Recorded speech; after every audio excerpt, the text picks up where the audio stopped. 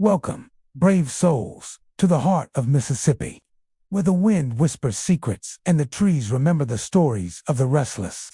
Tonight, we journey deep into the most haunted forests in the Magnolia State, where ghostly figures roam and eerie legends refuse to sleep. If you dare, stay with me, and we'll uncover the chilling tales lurking among the moss-draped oaks and shadowed trails. Grab a blanket, dim the lights, and prepare yourself for Mississippi's 25 most haunted forests.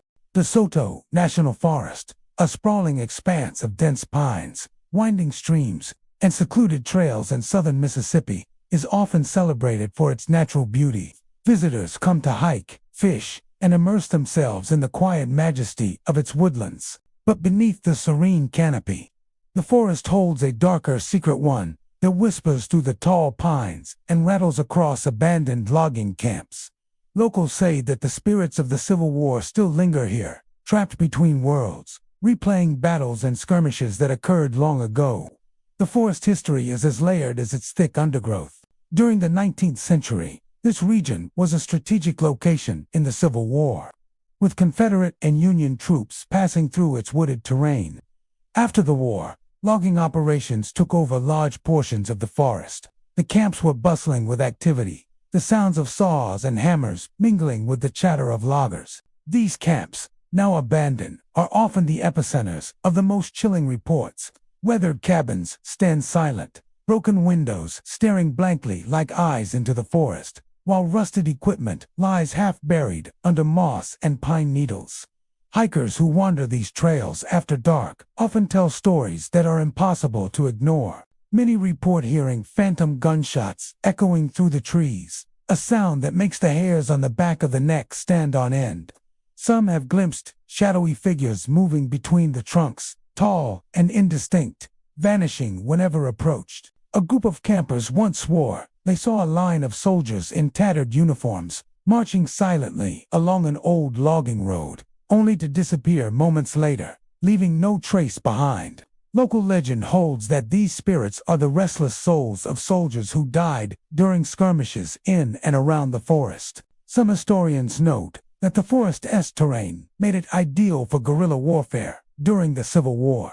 Ambushes and night raids were common, and many soldiers never made it home. It is said that these tragic deaths left their spirits bound to the land, unable to move on. Over time, the abandoned logging camps became magnets for these lingering presences, a place where echoes of gunfire and whispered commands persist even today. Those who have spent nights in the forest often describe the sensation of being watched. Campers and backpackers have recounted sudden drops in temperature, cold gusts of wind that seem to come from nowhere, and inexplicable noises, footsteps crunching in the underbrush, the soft rustle of fabric, and distant voices calling out names long forgotten. Some hikers swear they have seen ghostly apparitions peering from broken windows or standing among the trees, only to vanish as quickly as they appeared. One particularly eerie account comes from a couple of experienced hikers who ventured deep into the forest during a winter weekend. As twilight descended, they set up camp near a derelict logging cabin. By nightfall, strange occurrences began. First, the faint sound of drumming on wooden barrels, like soldiers preparing their equipment, echoed from the shadows. Then came the whispers, soft and unintelligible at first, growing steadily louder, as though an unseen crowd was speaking directly to them. Finally, just past midnight, a volley of ghostly gunfire erupted, cracking through the trees in rapid succession. The couple fled, abandoning their camp, only later learning that the area was once a site of a skirmish between Confederate soldiers and Union scouts. Despite these frightening tales, many visitors are drawn to the forest precisely because of its haunted reputation. Paranormal enthusiasts conduct investigations in the abandoned logging camps, setting up cameras, audio recorders, and motion sensors. Some claim to capture shadowy figures or disembodied voices. Others report objects moving inexplicably, or cold spots appearing in the middle of otherwise warm areas. Even park rangers have confessed to experiencing moments of unease in certain areas, attributing it to the forest's heavy history rather than natural causes. The forest itself seems alive with memory. Trails that are quiet by day take on an entirely different character at night. The wind through the pines sounds like distant drums, and the creaking of old branches can mimic the snap of a rifle or the groan of wounded soldiers. In some areas, the forest floor is littered with remnants of the past trusted cans, shattered tools, and old tin cups, all silent witnesses to the lives that once passed through these woods. Some visitors even claim to smell the faint scent of smoke or gunpowder, as if the battles themselves have left a lingering mark on the very soil. Yet, for all the fear and fascination, DeSoto National Forest continues to be a place of beauty and adventure. Its trails wind through swamps, over rolling hills, and along quiet streams teeming with life. While hikers may encounter shadows, hear whispers, or feel an unexplained chill, many leave with a profound respect for the forest's history and the spirits it may harbor.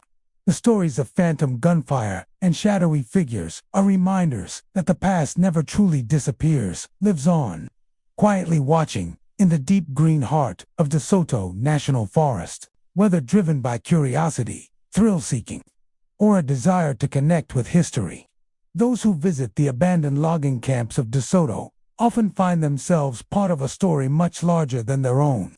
It is a tale of war, labor, and lingering spirits, a place where the echoes of the past intermingle with the rustle of leaves and the whisper of the wind, ensuring that the legend of the haunted forest will continue for generations to come.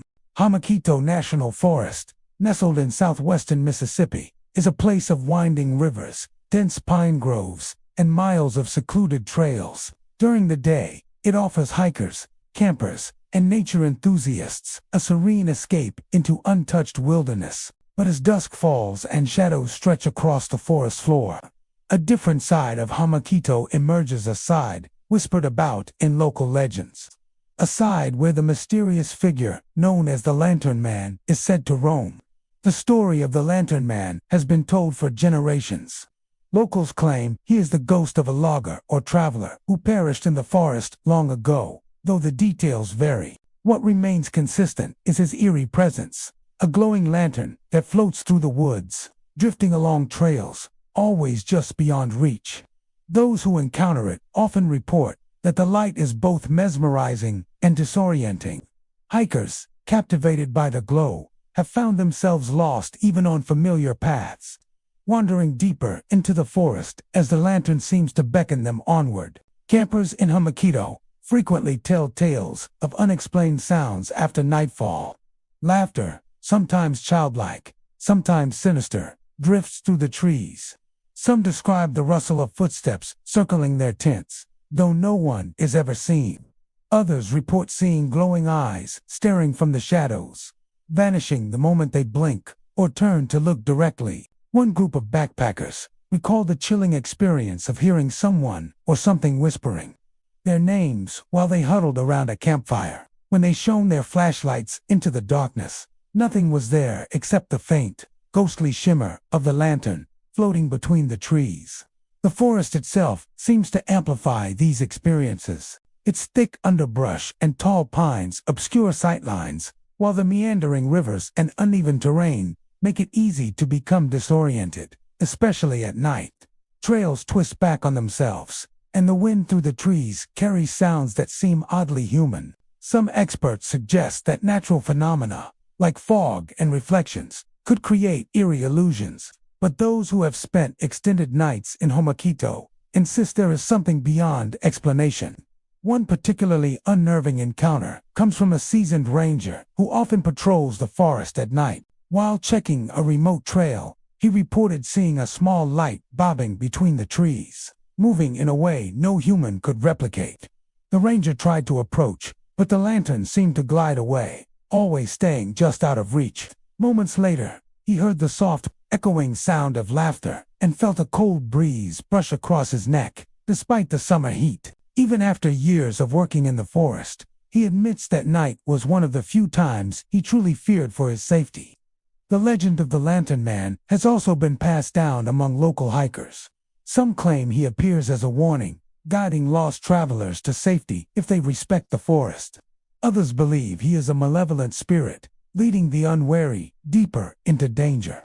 Stories often describe the lantern flickering like a flame that never dies, its light casting long, shifting shadows that play tricks on the eyes. Campers speak of waking in the middle of the night to find it hovering just outside their tents, illuminating the trees with a pale, ghostly glow, only to disappear the instant someone reaches for it. Despite or, perhaps, because of these frightening tales, many are drawn to Homokito National Forest in search of adventure and the chance to encounter the supernatural.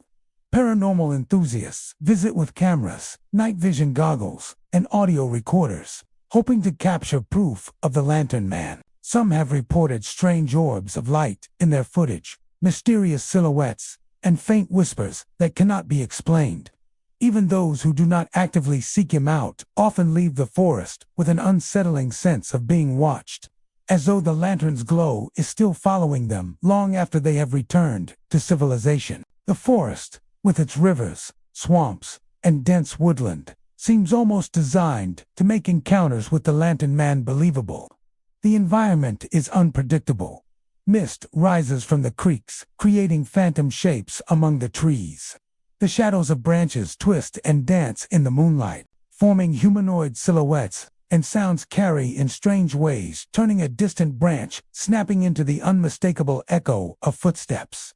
Visitors often report that time feels distorted at night, hours passing in what seems like minutes, as if the forest itself conspires to trap those who venture too far off the beaten path. Some locals caution against seeking out the Lantern Man at all, warning that curiosity can be dangerous. But for many thrill seekers and lovers of the supernatural, the forest's haunted reputation is part of the allure. They come equipped with lanterns of their own, flashlights, and recording equipment, hoping to glimpse the ghostly figure or at least capture the eerie atmosphere on camera. Even without direct encounters, the experience of camping under the stars in Hamakito, the whispering wind, the faint laughter, the sudden rustle in the underbrushes, enough to make one feel the forest's living, breathing history, and the legend of the Lantern Man remains ever present. Whether he is a guide, a trickster, or a restless spirit, the Lantern Man ensures that Homokito National Forest is never quite silent at night. The stories of glowing eyes in the darkness, laughter that chills the blood, and a floating lantern that leads hikers astray have cemented his place in local lore. Visitors leave with a mix of awe and unease, carrying with them the memory of a forest that is alive with both natural beauty and unexplainable phenomena. The Lantern Man's watchful light continues to roam the trails, a ghostly presence reminding all who enter that some paths should not be taken lightly, and that, in the dark heart of Hamakito, the past is never truly gone. Byingville National Forest, sprawling across northern Mississippi, is a haven of towering pines, winding streams, and untouched wilderness. By day, it offers campers, hikers, and nature lovers a quiet retreat from the modern world. But as the sun dips below the horizon and shadows lengthen among the trees, the forest takes on a different character. Beneath its serene exterior, Byingville hides a history of abandoned homesteads, silent sawmills, and unexplained phenomena that have given rise to chilling tales of ghostly encounters. The forest's abandoned sawmills are often at the center of these stories. Decades ago, they were bustling centers of labor, filled with the constant hum of saws, the thud of axes, and the chatter of workers. Today, they stand as skeletal reminders of a bygone-era crumbling structures, rusted machinery, and weathered wood overtaken by moss and vines. Locals say that the energy of the past lingers in these buildings. Visitors often report hearing the unmistakable creak of swinging doors or the rhythmic thud of an unseen saw cutting through logs, even when the wind is still. Old homesteads, scattered throughout the forest, add to its eerie atmosphere. Once vibrant with family life, these homes are now silent, their windows broken, their porches collapsing. Campers near these sites have reported faint voices of children, giggling and calling to one another among the trees. Some claim they have seen fleeting shadows darting between the pines, moving too quickly to be human. The voices often seem to echo from places where no one could possibly be, carrying through the forest with an unnatural clarity that chills the spine. One particularly unsettling account comes from a group of hikers who set out on an overnight trek, As twilight fell, they pitched their tents near an abandoned sawmill. By nightfall, strange occurrences began. Footsteps crunched in the underbrush, circling their campsite, but whenever they shone their flashlights, nothing was there. The wind through the pines carried whispers, soft, playful, and yet somehow sorrowful. At one point, they distinctly heard children singing an old, familiar nursery rhyme, though the lyrics were distorted, as if carried from another time. The hikers spent a restless night, each shadow and sound amplified by the stillness of the forest. Paranormal enthusiasts often seek out Buingville specifically for its haunted locations. They explore the sawmills and homesteads with cameras, motion sensors, and audio recorders, hoping to capture evidence of the unexplained. Some have reported ghostly orbs floating through the trees, objects moving on their own, and disembodied laughter. Others describe the unsettling sensation of being watched, as though unseen eyes follow their every movement. Even those skeptical of the supernatural often find themselves unnerved by the forest's atmosphere, a sense of presence that cannot be explained by natural causes alone. Buingville's landscape itself contributes to the haunting. Its dense pine forests, winding trails, and hidden clearings make it easy to become disoriented, especially at night. Mist rises from the streams, curling through the trees and creating shapes that vanish when approached. The shadows cast by the tall pines can look like human figures at a distance, moving subtly as the wind shifts. Even the sounds of the forest, the rustle of leaves, the snap of twigs, the call of an owl can take on an eerie, human quality, especially when amplified by the mind's imagination. The forest history is layered and complex. Many of the old homesteads were abandoned during the Great Depression, leaving behind a generation of stories about hardship, loss, and untimely deaths. The sawmills, once the lifeblood of the local economy, ceased operations decades ago, leaving workers and their families to move on. But the echoes of their presence are said to linger. Some theorists suggest that the repeated stress and tragedy that occurred in these places left an imprint on the land itself, a residual energy that manifests in the form of voices, laughter, and shadowy figures. One ranger recalls a chilling night when he was patrolling a remote section of the forest. He stopped near an old homestead to rest and heard what sounded like children running and laughing among the pines. At first, he assumed it was another group of hikers, but the laughter came from multiple directions, overlapping and fading in ways that no normal group could replicate. When he tried to locate the source, the sound abruptly ceased, replaced by a heavy, unnatural silence. He later discovered that the area had been abandoned for nearly a century, with no residents or visitors nearby. Despite these eerie tales, Buingville National Forest remains a popular destination. Many visitors are drawn not only by its natural beauty, but also by the thrill of encountering the unexplained. Hikers and campers share their experiences with friends, building the forest's reputation as a hotspot for ghost sightings. Whether it's a flickering shadow near a sawmill, the faint echo of children playing, or the sudden chill of a deserted homestead, these moments leave a lasting impression, blending history, mystery, and the supernatural. In Buingville, the past is never truly gone.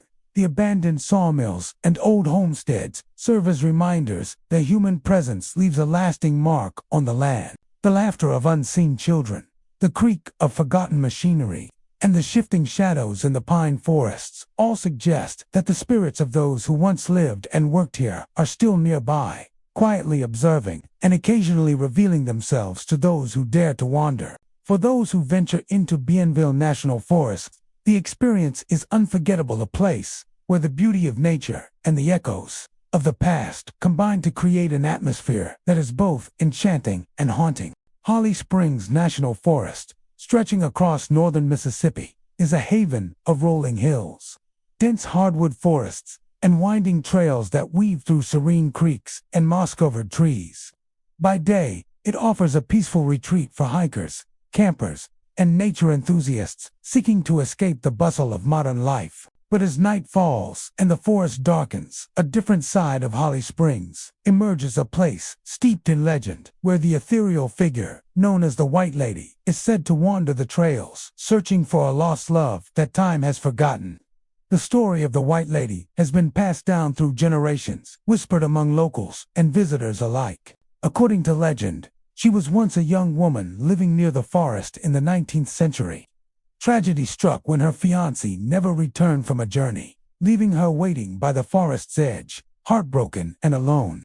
Some versions of the tale say she succumbed to grief and wandered into the woods, where her spirit became bound, eternally searching for the one she lost. Others claim she was the victim of a sudden accident, her restless soul refusing to leave the world of the living. Those who venture into Holly Springs at dusk often recount eerie encounters.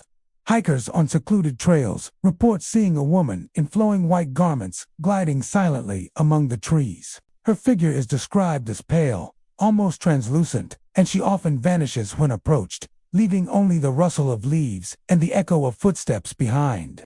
Some say she appears near old creeks or abandoned cabins, standing motionless as though waiting, her gaze fixed on some distant point no one else can see. Campers have shared unsettling experiences as well. Many describe the sudden appearance of a shadowy figure near their tents, accompanied by a chill that seems to seep into the very air. Others report hearing soft, sorrowful sobs or whispers calling out names, echoing across the forest in a way that seems both distant and unnervingly close. On certain nights, witnesses claim to see the White Lady carrying a lantern, the dim light casting long shadows that danced across the trees, further enhancing the otherworldly atmosphere.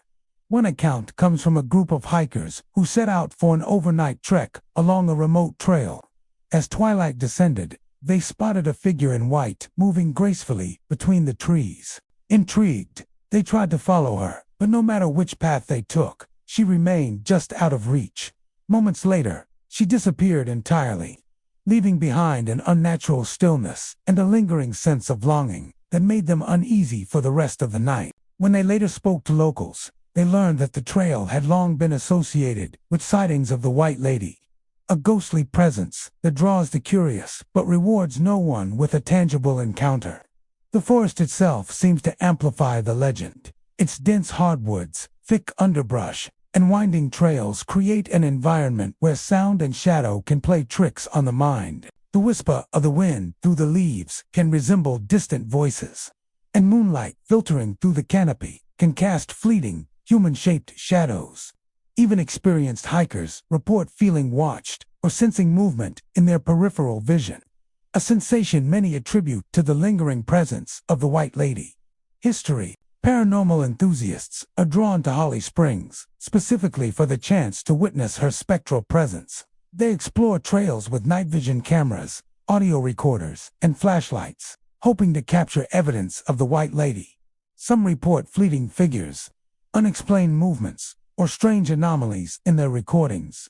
Others describe sensations of sudden cold or the inexplicable feeling of being touched by an unseen hand. Even skeptics find the forest's atmosphere haunting, leaving with an eerie sense that some part of the past has remained, watching silently from the shadows.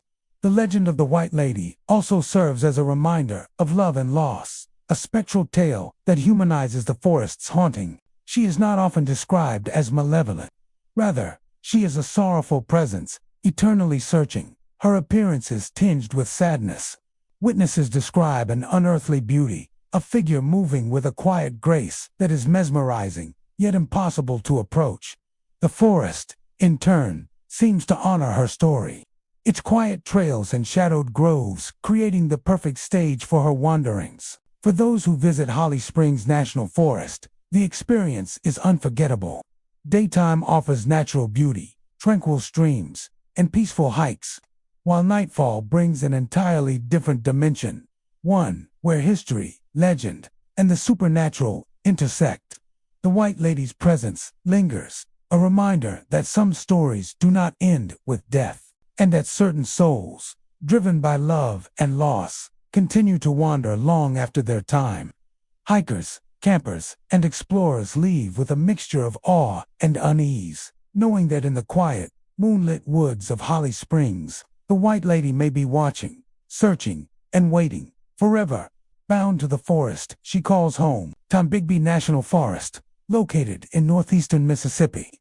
is a vast expanse of towering pines, rolling hills, and meandering streams. By day, it is a haven for hikers, campers, and nature lovers seeking the quiet beauty of untouched wilderness.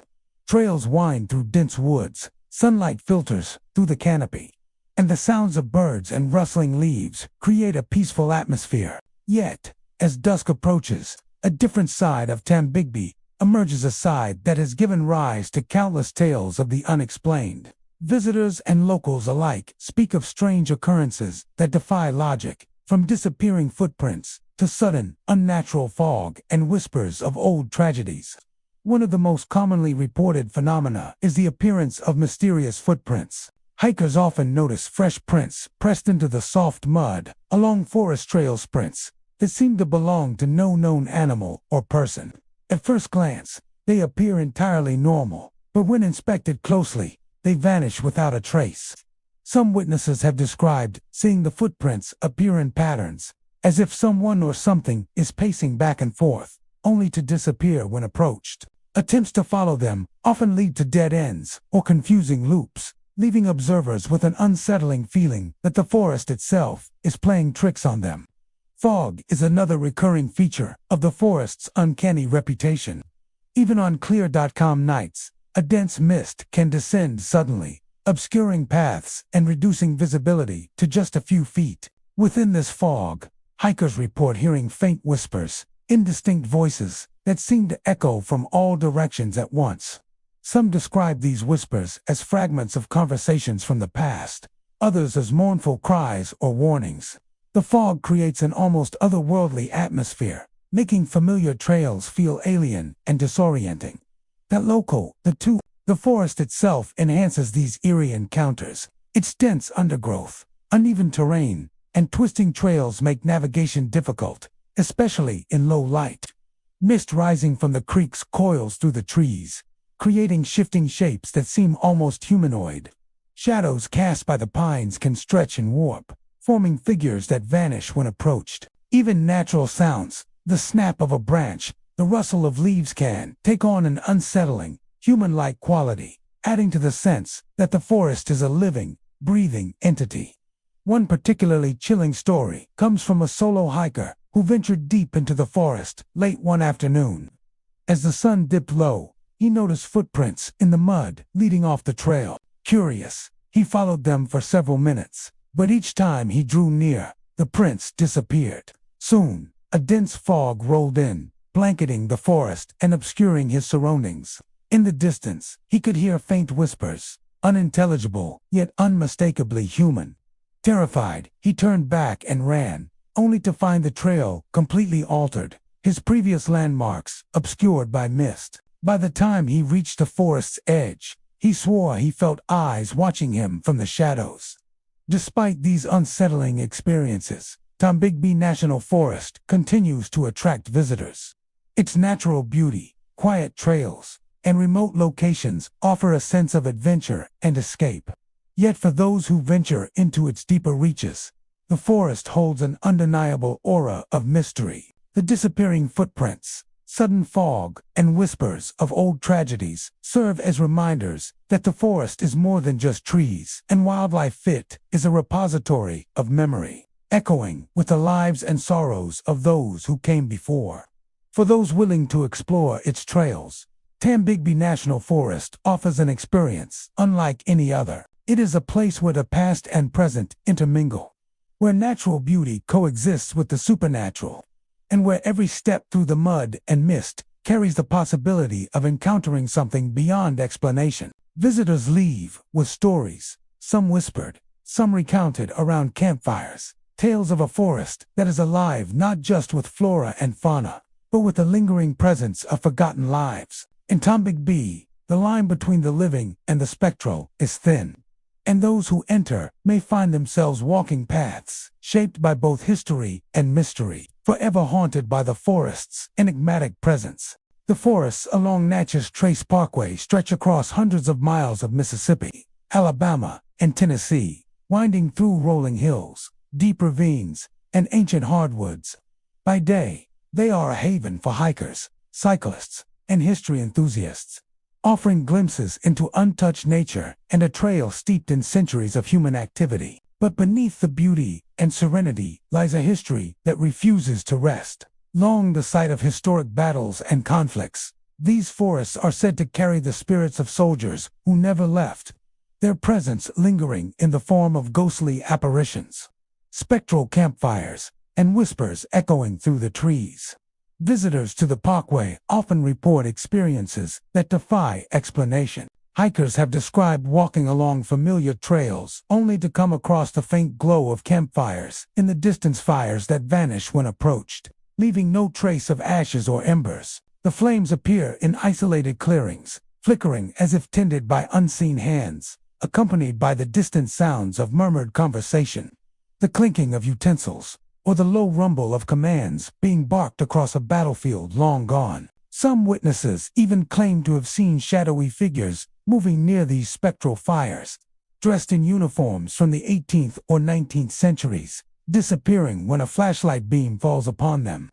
The history of the area helps explain these haunting stories. Natchez Trace was a crucial route for Native Americans, early settlers, and soldiers during various conflicts, including the Civil War. Skirmishes and ambushes left many dead in the dense woods, and local lore holds that some of their spirits remain bound to the land, replaying moments of fear, duty, and loss. Rangers and longtime residents often speak of a distinct feeling in certain parts of the forest, a heavy, almost tangible presence, as though the forest itself remembers the sorrow and violence that occurred there. In addition to the ghostly campfires, travelers have reported hearing the sounds of battle in the dead of night.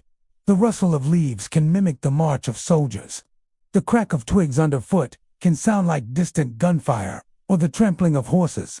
Some hikers recount waking to the faint smell of smoke or gunpowder, an olfactory echo of long-forgotten skirmishes. Shadows in the forest often take on humanoid forms, moving in patterns that suggest deliberate intent rather than chance.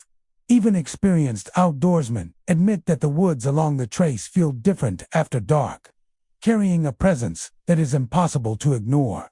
One particularly unnerving account comes from a couple camping near a remote section of the parkway. As night fell, they noticed a soft glow on the horizon. Intrigued, they walked toward it, expecting perhaps a fellow camper or a distant lantern.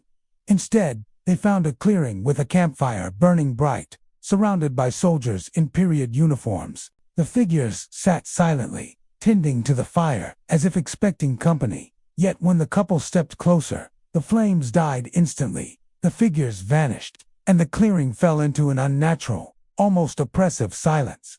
The hikers left the forest shaken, convinced they had glimpsed a scene from the past, frozen in time but somehow still alive. Paranormal enthusiasts often seek out Natchez Trace forests in hopes of witnessing such phenomena firsthand. They explore trails with night vision cameras, audio recorders, and flashlights, hoping to capture the unexplained. Some claim to have recorded the faint sound of soldiers' footsteps, whispers of long-past orders, or eerie lights moving among the trees. Others describe sudden temperature drops and a sense of being watched, sensations that cannot be attributed to wind or wildlife alone. Even skeptics often leave with stories that challenge their understanding of the natural world. The forest itself seems to enhance these eerie encounters. Its dense hardwoods, deep ravines, and winding trails can disorient visitors, especially at night. Mist rising from the riverbanks and low-lying hollows can obscure vision, creating shifting shapes and shadows that appear alive. Sounds carry in unexpected ways, making distant noises seem unnervingly close, or familiar trails feel like an endless maze. In this environment, the boundary between reality and memory, past and present, blurs, and it is easy to imagine that the spirits of soldiers still roam the paths, reenacting moments of duty, camaraderie, and sorrow. The legends of Natchez Trace serve as more than just ghost stories. They are a reminder of the human cost of conflict and the ways in which history leaves its mark on the land. Witnesses describe the spirits not as malevolent but as restless and sorrowful, bound by memory and unfinished business. The spectral campfires, marching shadows, and whispering woods reflect a time when lives were lost, Families were separated, and soldiers faced both fear and honor in equal measure. For those who traverse Natchez Trace Parkway forests, the experience is unforgettable. By day, the forest offers natural beauty, wildlife, and quiet reflection. By night, it transforms into a place where history, legend, and the supernatural intersect. The ghosts of soldiers, the sudden appearance of campfires, and the whispered echoes of battle ensure that visitors leave with a sense of awe, respect, and a lingering unease. Walking these trails, one cannot help but feel connected to the past, sensing the presence of those who once walked the same paths. Their stories etched forever into the heart of the forest. In the forests of Natchez Trace, the line between the living and the spectral is thin. Every rustle of leaves, every distant glow, and every echo of a long-forgotten command serves as a reminder that the past is never truly gone. Soldiers' spirits linger, campfires flare without explanation, and the woods continue to bear witness, silently preserving the memory of history in ways both beautiful and haunting. For anyone willing to venture into these forests, the experience is more than a hike. It is a journey through time, a brush with the supernatural, and a testament to the enduring presence of those who came before. Deep in the heart of Mississippi lies the Chickasaway Wildlife Management Area, a vast and rugged stretch of forest known for its thick canopy, swampy lowlands, and the haunting silence that settles after sundown. To most, it's a place for hunting, camping, and escaping the noise of the world. But for those who've spent the night here, the silence hides something darker. Campers whisper about the sound of dragging chains echoing through the trees, as though something or someone is wandering the woods long after death. The legend says these are the restless spirits of prisoners who once worked and died here, unable to escape even in the afterlife. Stories about the Chickasaway hauntings go back generations. Locals speak of an old prison work camp hidden somewhere deep within the forest, used in the late 1800s when chain gangs were forced to cut timber and clear land. The prisoners, many of them wrongfully accused or trapped by cruel labor laws, toiled under brutal conditions. Disease, exhaustion, and harsh punishment claimed dozens of lives, and most were buried in unmarked graves among the pines. Over time, the camp was abandoned, swallowed by the forest. Only fragments remain: rusted iron shackles, rotted beams, and faint mounds of earth that look disturbingly like forgotten graves. Those who camp in the area often describe a strange tension as night falls. The air grows heavy, the usual sounds of insects and frogs fade, and a stillness creeps through the trees. Then, faintly at first, comes the metallic clinking, a sound like chains scraping against rock, dragging through leaves, growing louder as if moving closer. Some say it circles the campsite, unseen but unmistakable, pausing just long enough to send chills down the spine before fading into the distance. Others claim to have seen shadows among the tree stalk, stooped figures, moving slowly, their steps heavy as though burdened by something they can never put down. One camper, a hunter who spent a week in the forest alone, reported waking to the sound of what he thought were deer hooves outside his tent. When he unzipped it to look, he saw no animals, only faint impressions in the soil, deep and round, as though chains had been dragged through the mud. The next night, he said, he heard muffled voices in the distance, men speaking in low tones, followed by the sharp crack of what sounded like a whip. He left before dawn and swore never to return. There's a story passed down by local guides about a forest ranger who went missing in the 1950s while surveying an old trail near the Chickasaway River. His equipment was found days later beside the remains of an ancient wooden fence, but there was no sign of him. A year later, another ranger claimed to have seen a man in a faded uniform walking the trail at dusk, holding a lantern. When the ranger called out, the figure turned his face pale, his eyes hollow, and then vanished, leaving only the sound of rattling chains. Visitors who experienced the phenomenon describe it not as random noise, but as deliberate movement, chains dragging in rhythm, accompanied by soft groans or heavy breathing. Some say it's the spirits of the prisoners still walking the land they were forced to clear. Others believe it's a warning, a residual echo of the pain and punishment that once filled these woods. Paranormal investigators who have ventured into the forest with recording equipment claim to have captured strange anomalies. Metallic sounds, faint voices saying help, and cold spots where the temperature drops suddenly, without explanation. Even hunters who pride themselves on their skepticism admit there's something unsettling about Chickasaw after dark. Flashlights flicker, campfires sputter without wind, and the forest seems to shift, as though alive. Those who have spent multiple nights there describe vivid dreams of men chained together, walking endlessly under the moonlight, their eyes dull with exhaustion. Some wake to find strange markings near their tents-long grooves in the soil, as if something heavy had been dragged past while they slept. Despite its eerie reputation, Chickasaw remains a popular site for outdoorsmen, but the locals know better than to linger too long after dusk. They'll tell you to pack up before sunset, to avoid the low-lying marsh trails where the mist rolls in thick and fast. For when the fog creeps between the trees, the sound of those dragging chains is said to return louder, closer, echoing through the forest like a memory refusing to die. A few brave souls have tried to trace the origin of the sound. One group of paranormal researchers claimed they followed it for nearly an hour one autumn night.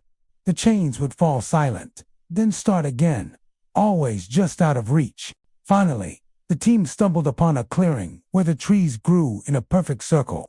In the center stood a weathered post of dark wood, half buried in the ground, with what looked like rusted metal links embedded into its surface.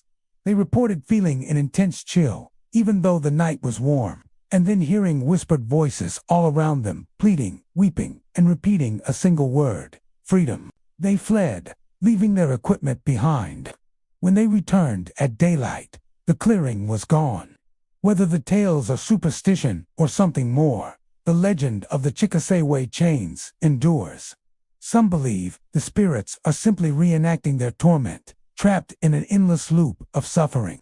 Others think they seek acknowledgement, a sign that their pain is remembered, that their struggle was not in vain. The forest, with its tangled vines and thick moss, feels like a living monument to their sorrow, a place where history breathes and the past refuses to stay buried. Today, when the wind moves through the trees and the night grows to quiet, visitors say they still hear it. The unmistakable clatter of chains against stone and the slow dragging footsteps of those who will never leave the forest. The Chickasaw Wildlife Management Area is beautiful by day, but when darkness falls, it becomes something else entirely. A place where the living and the dead share the same trails. Where every sound could be a warning, and every shadow could be a soul, still bound to the land it cannot escape.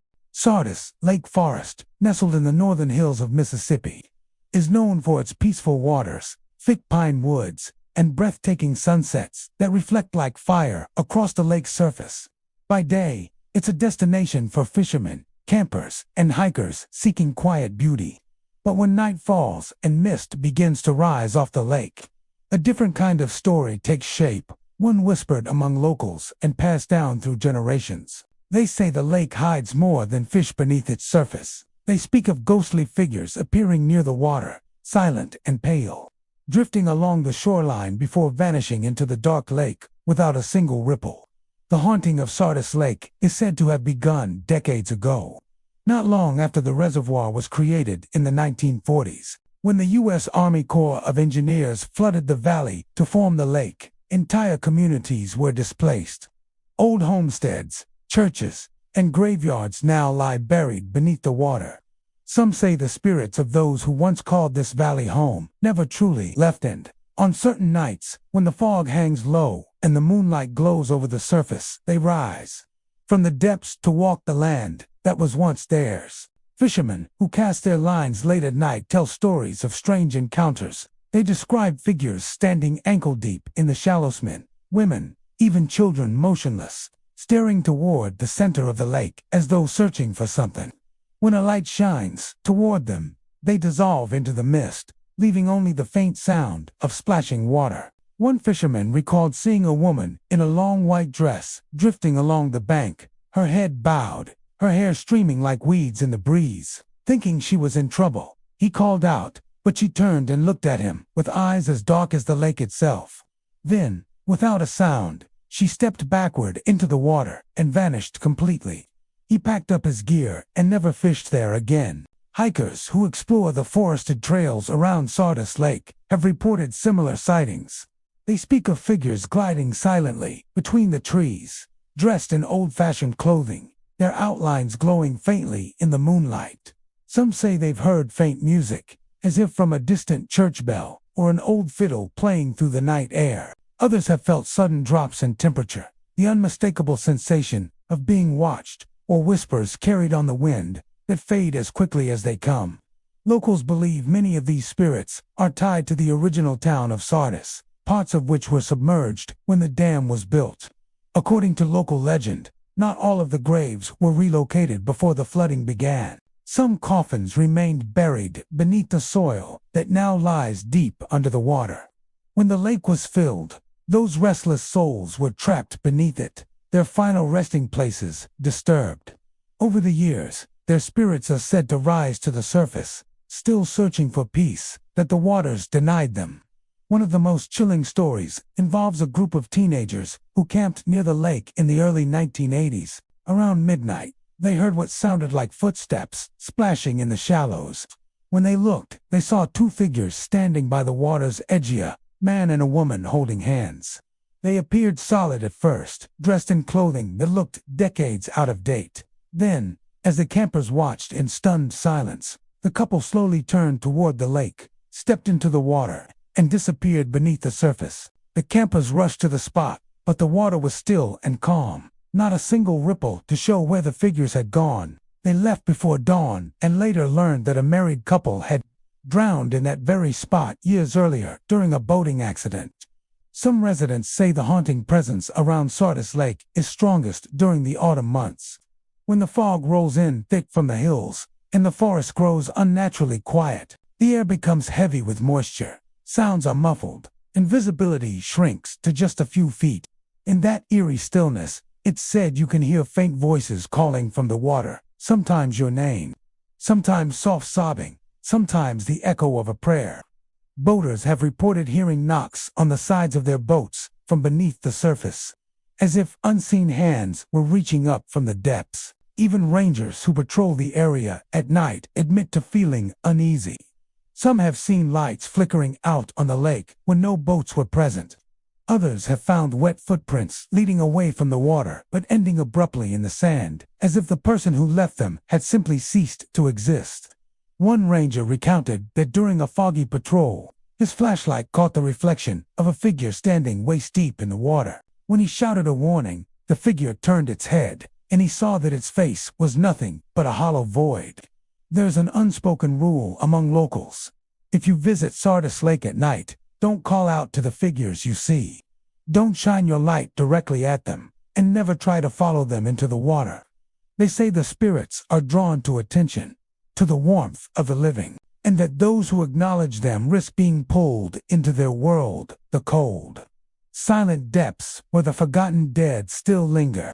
Despite these ghostly tales, people continue to visit Sardis Lake for its beauty and tranquility. By daylight, it's hard to imagine anything sinister beneath its calm surface. Families picnic along the shore, fishermen cast lines from the docks, and the forests hum with the life of birds and insects. But as the sun dips below the horizon and darkness settles, the mood changes. The air grows still, the forest quiets, and the lake takes on an unnatural smoothness, like glass hiding secrets too deep to see.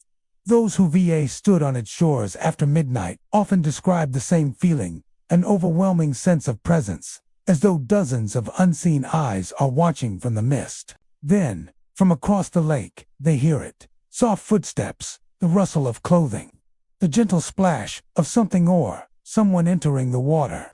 By the time they turn their gaze toward the sound, the shoreline is empty once more, and the lake is perfectly still, as if nothing had ever been there at all.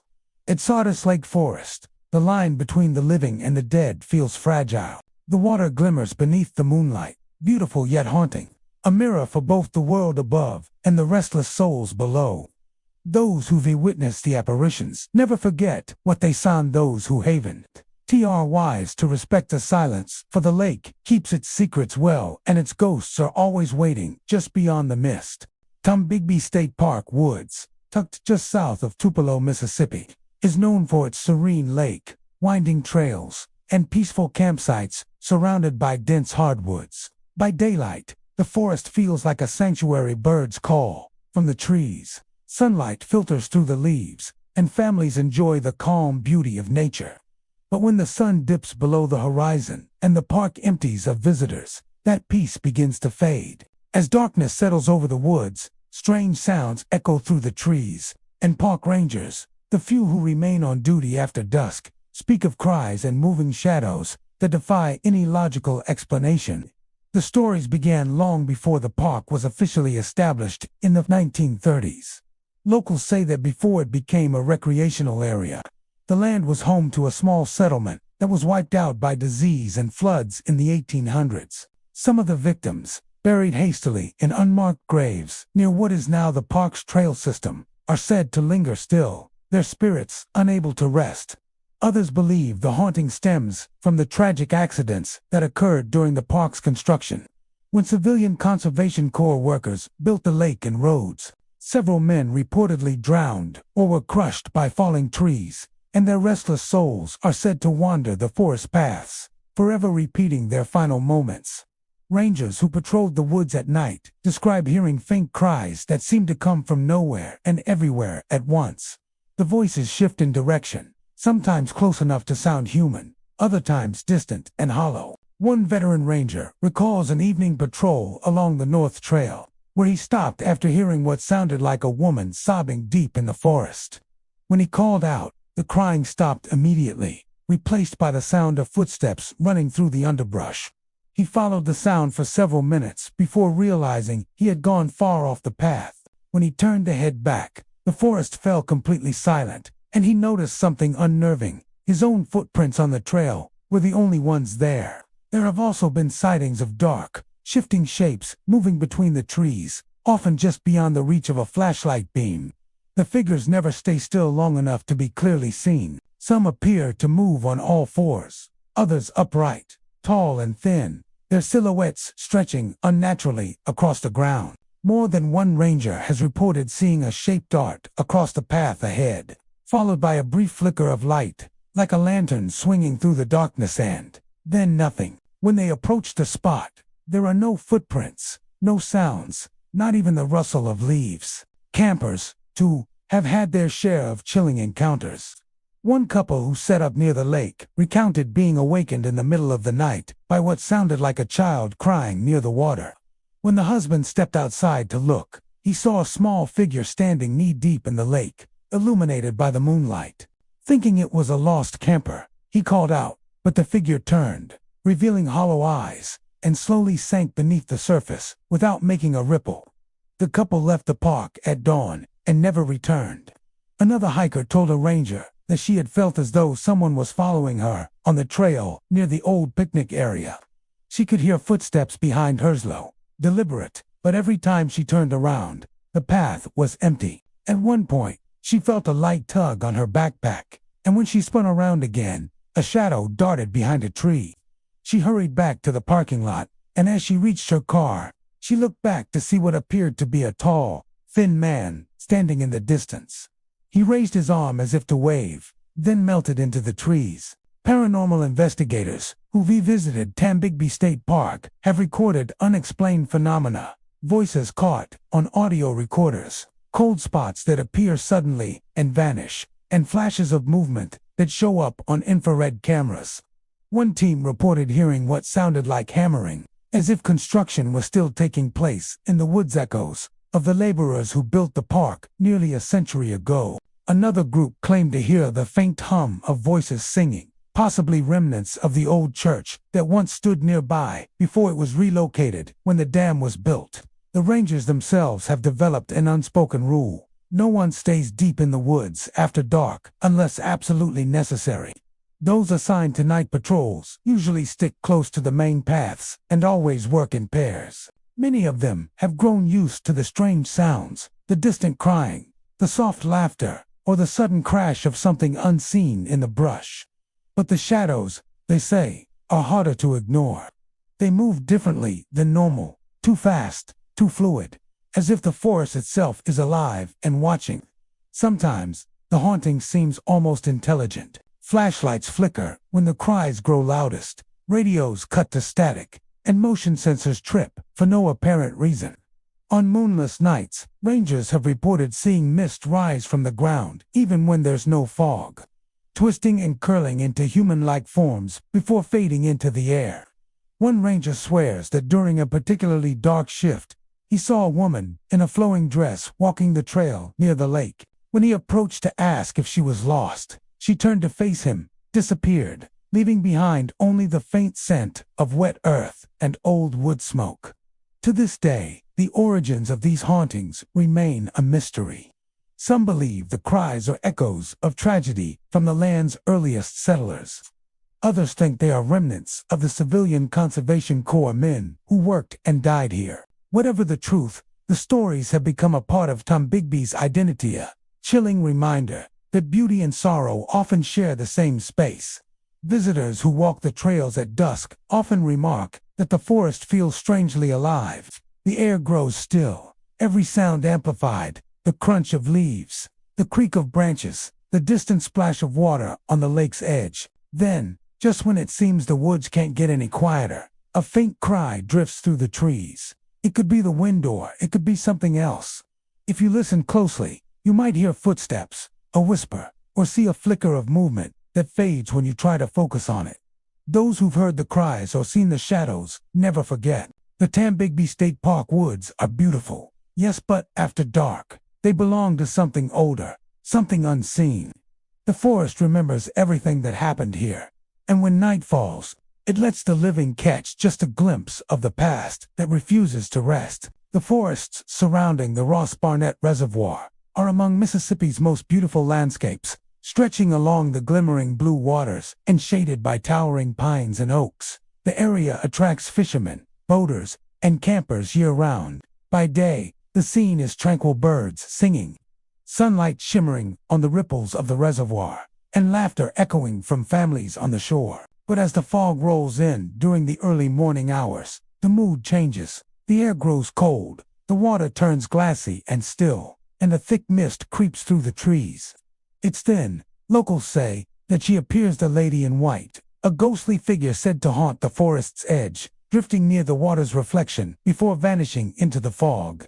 The legend of the Lady in White has haunted the Ross Barnett Reservoir for decades. Some say she was a bride who drowned on her wedding night when her carriage plunged into the river before the dam was built. Others tell of a young woman from a nearby town who disappeared after a lover's quarrel, her body never found. And then there are those who believe she's something older, spirit of the land itself, tied to the waters that flooded the valleys and buried forgotten homesteads beneath the reservoir when it was created. Fishermen who head out before dawn often claim to see her first. They describe a pale figure standing on the shore, her white dress fluttering slightly even when there's no wind. She appears to be gazing into the water, sometimes kneeling as if searching for something or someone beneath the surface. Her reflection, they say, doesn't always match her movements. One fisherman told of seeing her kneel, but in the reflection, she was standing upright, watching him instead. When he looked up again, she was gone, leaving only ripples spreading across the calm lake. Rangers who patrol the area at night have heard strange sounds near the forest's edge, soft crying, faint singing, or the rustle of fabric moving through the brush. They've followed footprints in the damp earth that lead straight into the water and stop abruptly, with no sign of where the person went. A few have seen her themselves, appearing for only seconds before the fog swallows her whole. One ranger, who worked the night shift for over 20 years, swears that he once saw her reflection before he saw her body. He was walking near the dock during a particularly dense fog, his flashlight beam catching the mirror-like surface of the water. There, clear as day, he saw a woman in a white gown standing behind him. But when he turned, the shore was empty. Locals have come to fear the fog that settles on the reservoir during the early hours. Drivers on the nearby causeway say they've seen a figure walking along the roadside, her gown glowing faintly in their headlights. Some have even stopped, thinking she was a stranded motorist, only to find no one there. Others claim that if you drive past the forest at dawn, you can catch a glimpse of her in the trees, her white form drifting silently between the trunks, always near the water. Campers have their own stories. One couple, staying in a tent not far from the shoreline, awoke to the sound of gentle weeping. Thinking it was another camper in distress, they stepped outside and saw a woman kneeling near the water. Her long hair was dark and dripping wet, and her gown shimmered in the moonlight. When they called out to her, she stood and turned slowly toward them, but her face was pale and featureless, like mist shaped into human form. Before they could move, she stepped backward into the lake, vanishing without a sound. The lady in white is not known to harm anyone, but those who see her describe an overwhelming sadness in her presence. The air grows colder, the world seems to hold its breath, and for a few seconds, everything stands perfectly still. Some say she's looking for her lost love, searching endlessly along the water's edge. Others believe she's searching for herself, unaware that she's been gone for generations. There are even tales of her appearing beside the reflections of couples or families, as if drawn to the living reminders of what she's lost. In the early morning fog, the forest seems alive with her memory. The trees drip with condensation, the ground glistens with dew, and the lake mirrors the gray sky above.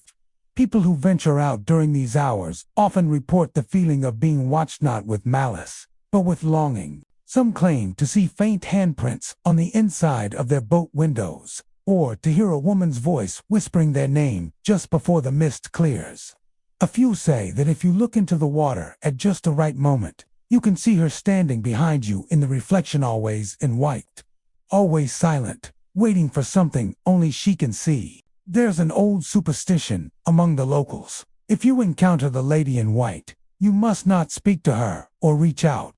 It's said that those who try to help her risk being pulled into her sorrow. They'll feel a sudden weight in their chest, as though the air itself has turned to water, and they'll find themselves disoriented, unable to tell which way leads back to shore. A fisherman once told of nearly falling into the lake when he reached out toward her reflection. His boat rocked violently, though the water was calm, and a cold hand seemed to brush against his wrist before the image disappeared. Even in modern times, sightings continue. Photographs taken during foggy mornings sometimes show faint white blurs along the tree line, too defined to be missed, too distant to be explained. Some visitors have recorded low humming sounds that seem to vibrate through the air near the shoreline, as though someone were softly singing just beyond hearing. The haunting beauty of the Ross Barnett Reservoir draws people in, but those who encountered the lady in white say it's a beauty that hides deep sorrow. When the fog lifts and the sun burns through, the forest returns to its peaceful stillness. The cries of loons echo over the water, and everything feels normal again. Yet, those who have seen her never forget. The image of that lonely figure in white, standing on the edge of the reservoir, lingers in their minds. She is part of the place, now woven into the mist, the water, and the whispers of the trees. And as long as the fog rolls in over the Ross Barnett Reservoir, the lady in white will remain, silently haunting the edge where land meets water, forever searching for what was lost. Sightings State Park is one of Mississippi's most peaceful natural escapes by day. Towering pines frame the lake, trails weave through whispering woods, and the scent of damp earth and pine needles fills the air. But when night falls, the same forest transforms. The stillness becomes uneasy, the trees seem to lean closer, and the wind carries sounds that have no clear source. Those who camped in Clarko West Woods speak of strange happenings, objects that move on their own, shadows that shift against the cabin walls, and footsteps that circle their tents long after midnight. The park's rangers, Don T., like to talk about the old cabins scattered deep in the woods. Most are boarded up now, remnants of a time when the area was more populated with summer visitors. They've stood empty for decades, their wood gray and splintered, their windows clouded with dust. Yet, at night, campers have seen faint light flickering through the cracks, like someone walking inside with a lantern. The rangers who patrol near them have reported hearing the unmistakable creak of doors opening and shutting. Even when no one's there, One story, often repeated among locals, tells of a family who rented one of the cabins back in the early 1970s. They'd come for a weekend of fishing and hiking. But on their first night, strange things began to happen. The mother claimed she woke to the sound of chairs scraping across the wooden floor. When she looked, the furniture was moving slightly, sliding a few inches at a time, as though nudged by invisible hands. The next morning, they found the front door wide open and their food scattered across the porch, though there were no signs of animals. By the second night, they'd left in a hurry, never returning to the park again. Campers who pitched their tents closer to the woods often speak of footsteps outside their shelters after midnight. They start slow, soft crunches of leaves, circling the perimeter of the tent. Sometimes the steps stop, just inches from where a person is lying. Campers who call out or shine a flashlight find nothing but empty forest. No animal tracks, no rustling branches, just silence. One couple recounted that the sounds returned every night for 3 nights in a row, always at the same hour. On the third night, they said they heard breathing, heavy and human, right outside the thin layer of nylon. When they finally dared to unzip the tent, there was no one there, but their lantern had been turned off, though they swore they hadn't touched it. Rangers sometimes find signs that something or someone has been inside the old cabins recently. Fresh footprints appear in the dust, and tools used for maintenance go missing, only to reappear days later on the steps. One ranger reported locking the doors to the largest cabin before leaving for the night. When he returned at dawn, the door was standing wide open, and a single rocking chair was swaying back and forth inside, as if recently disturbed. The cabins have no electricity, yet visitors walking nearby at night sometimes see faint glows coming from within. Local folklore suggests that one of the cabins was once the home of a caretaker who lived alone long before the area became a state park. He's said to have disappeared during a storm, leaving his belongings behind. Some believe his spirit never left and continues to wander the property, ensuring no one stays too long in what he considered his woods. A few campers who stayed near the lake claim to have seen a man's shadow standing between the trees, motionless, watching their campfire. When they call out, he vanishes into the darkness. Others say the energy around Clarko is older than the park itself. The land once belonged to early settlers and native tribes, and legends tell of sacred grounds that were disturbed during construction decades ago. Rangers have mentioned equipment failing unexpectedly near certain parts of the forest, radios dying, flashlights dimming, and compasses spinning uselessly. Even modern cell phones lose signal near the old cabins, as though something in the air interferes with the signal. Visitors describe a deep sense of unease that settles over the park after sundown. The forest seems to listen, holding its breath between the chirps of crickets. Campfires flicker strangely, their flames leaning toward the dark instead of rising straight. Some have said they hear faint whispers coming from the woods, too low to make out but undeniably human. Those brave enough to investigate rarely stay long. One chilling account comes from a group of friends who decided to explore the abandoned cabins one summer night. They brought flashlights and a camera, laughing as they pushed open the creaking door of the largest cabin. Inside, they found a table covered in dust and a few rusted cooking utensils. One of them joked about summoning the ghost caretaker and knocked twice on the table. Almost instantly, the flashlight flickered out, plunging them into darkness. The sound of footsteps began circling the cabin outside, slow and deliberate. When they managed to get the light back on, one of the chairs had moved several feet closer to the door. They left without another word and later found deep, muddy footprints on their cars. The next morning, despite the eerie stories, Clarko State Park remains a popular spot for outdoor lovers. But locals say that if you stay there overnight, it's best not to wander far from your fire after dark. The forest is beautiful, but it holds memories and, maybe more, objects that shift when no one's near. Tents unzipped from the outside, and whispers that echo through the trees all seem to suggest that the park is never truly empty. Those who've spent the night there often describe waking suddenly, sensing movement just beyond their tent wall. They listen, holding their breath, and hear the faint rhythm of footsteps circling once, twice, and then stopping, always just behind them. When morning comes, The ground around the tent looks undisturbed, but campers say they still feel watched.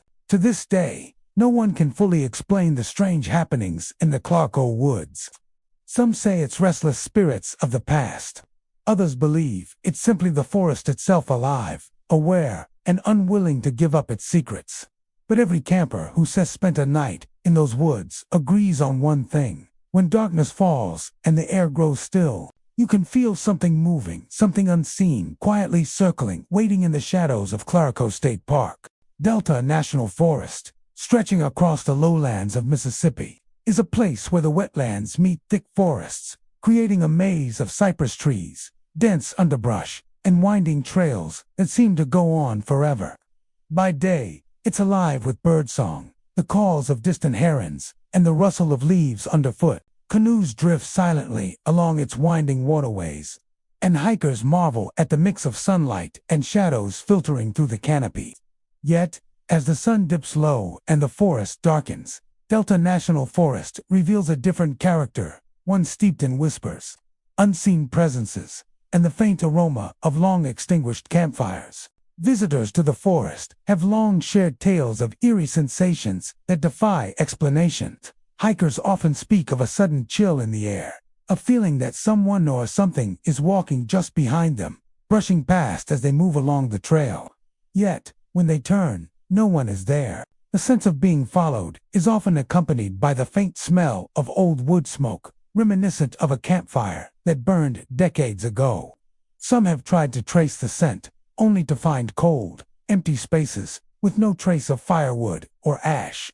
One experienced hiker recounted a morning trek along the Cypress Trail when the atmosphere shifted inexplicably. The fog rolled in, low and thick, softening the outlines of trees and muting the sounds of the forest. As he paused to check his map, he felt a sudden brush against his shoulder, like someone passing too close in the narrow trail. Startled, he spun around. The forest behind him was empty. That's when he noticed the smell-rich smoke, the unmistakable odor of a campfire long dead. He followed the trail for several minutes, hoping to find another hiker. But the only sounds were distant murmurs, low and indistinct, carried through the mist. Rangers who patrolled Delta National Forest at night report similar experiences. While monitoring the trails or maintaining observation points, they describe hearing voices soft, almost melodic, sometimes in conversation, sometimes whispering, but with no source. Steps echo across the wooden bridges over bayous, and shadows move just out of the corner of the eye, only to vanish when observed directly. Some of the old trails were once paths used by loggers and settlers, and locals believe the forest retains their presence, replaying fragments of the past like memories embedded in the very soil. Campers who pitch tents in the forest often report small, unnerving disturbances. Lanterns sway when no wind blows. Food seems rearranged in the morning, and the brush around the tents seems to rustle in sync with someone pacing in the night. One family, staying near the old Oak Bend Loop, swore that they could hear faint laughter and murmuring voices just beyond the edge of their campsite. They described a strong feeling of being watched, though no person was visible. By dawn, the sounds and sensations had vanished, leaving only the lingering smell of smoky embers and damp earth. Some of the forest's most chilling encounters happen along the remote waterways. Canoeists have reported gliding through fog-laden channels, only to smell the unmistakable scent of a long-dead campfire, with shadows moving along the banks as though unseen fishermen or campers were there. In one account, a canoeist paddled past a bend and noticed a dark figure standing in the mist, motionless, watching. He called out, and the figure did not respond, merely vanished into the fog. Afterward, he described hearing faint murmurs echoing from the trees, though he was miles from any other person. Delta National Forest's eerie reputation is bolstered by its history. The area was once heavily settled and used for logging, and old accounts describe families and workers building small camps, some of which were abandoned after fires or economic hardship. Gravesites were sometimes relocated, but others remain unmarked, hidden beneath the dense undergrowth. Many believe that the spirits of those who once lived, worked, and died in the forest are still tied to the land. appearing to the living only under certain conditions. Dense fog, still air, and the quiet of early morning or late evening. Those who venture deeper into the forest often describe a heightened sense of awareness. The usual sounds of wildlife seem muted, replaced by a low hum, distant murmurs, and the occasional creak of ancient trees swaying. Footsteps echo, though no one else is present. Some hikers have claimed to see fleeting shadows pass between the cypress knees or across the trails, always at the periphery of their vision. The atmosphere is heavy, as if the forest itself is watching, remembering, and whispering stories long forgotten. Paranormal investigators visiting the Delta National Forest report similar phenomena. Audio recordings often capture faint voices, laughter, or indistinct phrases layered beneath natural sounds. Infrared cameras show movement in areas with no visible wildlife, and temperature readings drop abruptly in patches along certain trails. Those who explore at night say the forest feels alive in a way that is different from the daytime. It is responsive, aware, and deeply connected to its history. Even hikers who are skeptical cannot deny the sensations reported by countless visitors. The brushing of an unseen presence, the scent of campfires that no longer exist, and the faint murmurs that drift through the mist create an unsettling combination. Delta National Forest seems to blur the line between the living and the past, between the natural and the supernatural. As the fog lifts in the morning and sunlight pierces the canopy, the forest appears ordinary once more. The trails are quiet, the lake shimmers with reflection, and wildlife resumes its morning chorus. Yet those who have felt the unseen presence, smelled the phantom smoke, or heard the distant murmurs know the truth. The forest remembers. It carries echoes of the past through the trees, the water, and the wind. A lingering presence that brushes past the living, always watching, always whispering, and never truly gone. Tishomingo State Park, located in the rugged hills of northeastern Mississippi, is famous for its rock formations, winding trails, and dense hardwood forests. By day, hikers and campers explore its unique landscapes, climbing towering boulders, wandering along the trails, and marveling at the streams that cut through the rocky terrain. But long before the park became a recreational destination, the land had a history steeped in mystery, settlement, and whispered legends.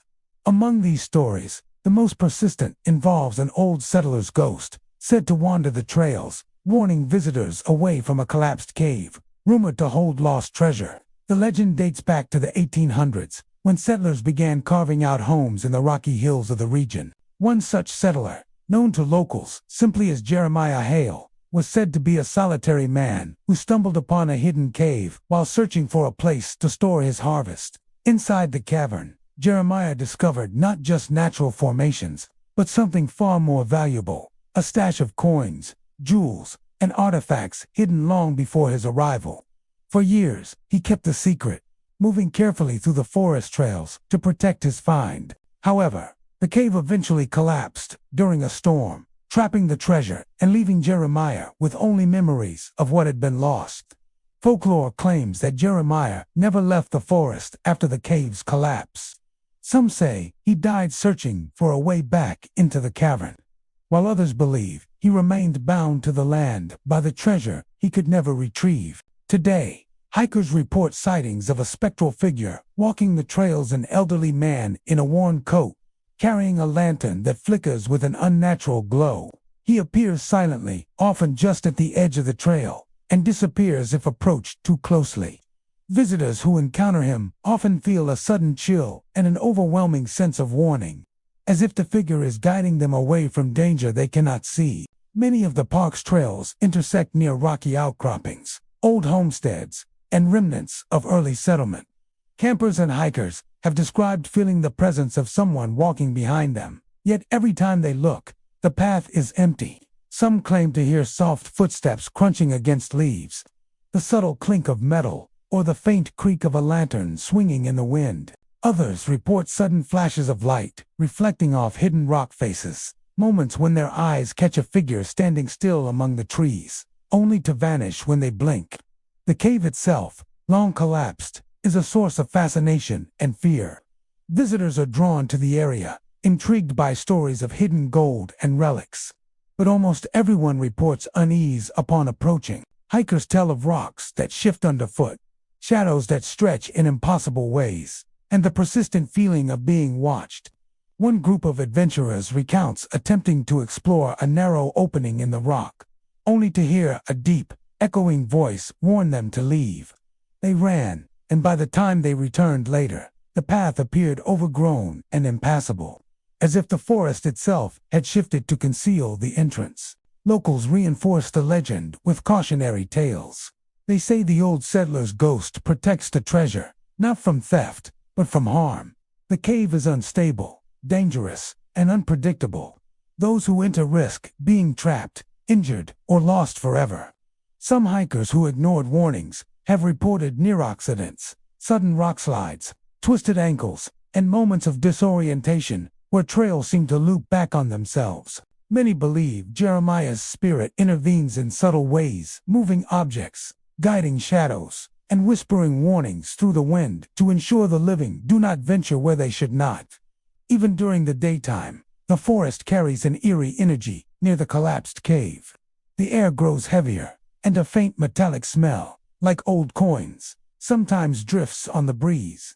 Birds fall silent, and the rustle of leaves sounds almost like whispers. Campers who set up near the rock formations speak of lanterns swinging gently despite calm air and of distant murmurs echoing through the forest. Some have reported seeing glimpses of the settler's figure reflected in the water of a nearby creek, only for it to vanish when they look directly. The trails that wind around the collapsed cave are narrow, with jagged rocks and dense underbrush, and many hikers admit that the forest feels alive in ways beyond the ordinary. Shadows seem to stretch unnaturally, and the path often appears to change subtly, guiding travelers away from certain areas. Some swear they've been turned around multiple times, ending up exactly where they started, and only noticing the lantern glow of a distant figure pointing them toward safer ground.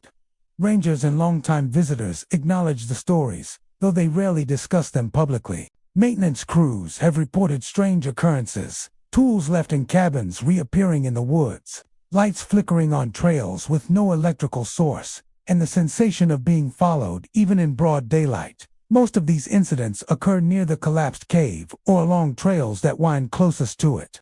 Those who experience the phenomena speak of a calm but persistent warning, something that is protective rather than malicious. Delta National Forests may be haunted by unseen presences, but Tishomingo's dense woods feel more specific, focused, as if the land itself has chosen a guardian. The ghostly settler's warnings are subtle, yet unmistakable, a chill in the air, a shadow flitting across the trail, the faint glow of a lantern, or the low crunch of footsteps just behind. Hikers who heed these signs report feeling safer, even as the forest remains mysterious and foreboding. Despite the tales, adventurers continue to explore Tishomingo State Park. Many leave with nothing more than a story of a fleeting figure on the trail, or the eerie sense of guidance from a spirit long bound to the land.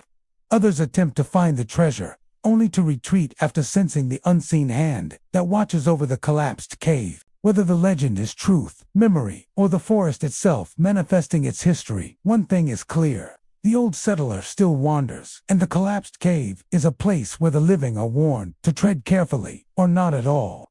The forest, with its towering trees, winding trails, and hidden rocky formations, remains beautiful, challenging, and mysterious. Yet among the whispering leaves, faint lantern glows, and shifting shadows, visitors cannot forget the warnings of a settler who never left. Tishomingo State Park forests are alive with history, mystery, and the spectral presence of a guardian who waits silently for anyone who dares approach the collapsed cave, forever protecting the treasure and the secrets it holds.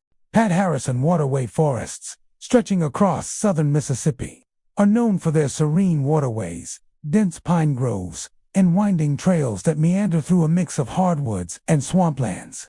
By day, the forests are a haven for birdwatchers, hikers, and anglers, with sunlight streaming through the canopy, reflecting off the meandering streams and illuminating the rich undergrowth. But, as evening falls and the last rays of sunlight fade, a different energy fills the forest.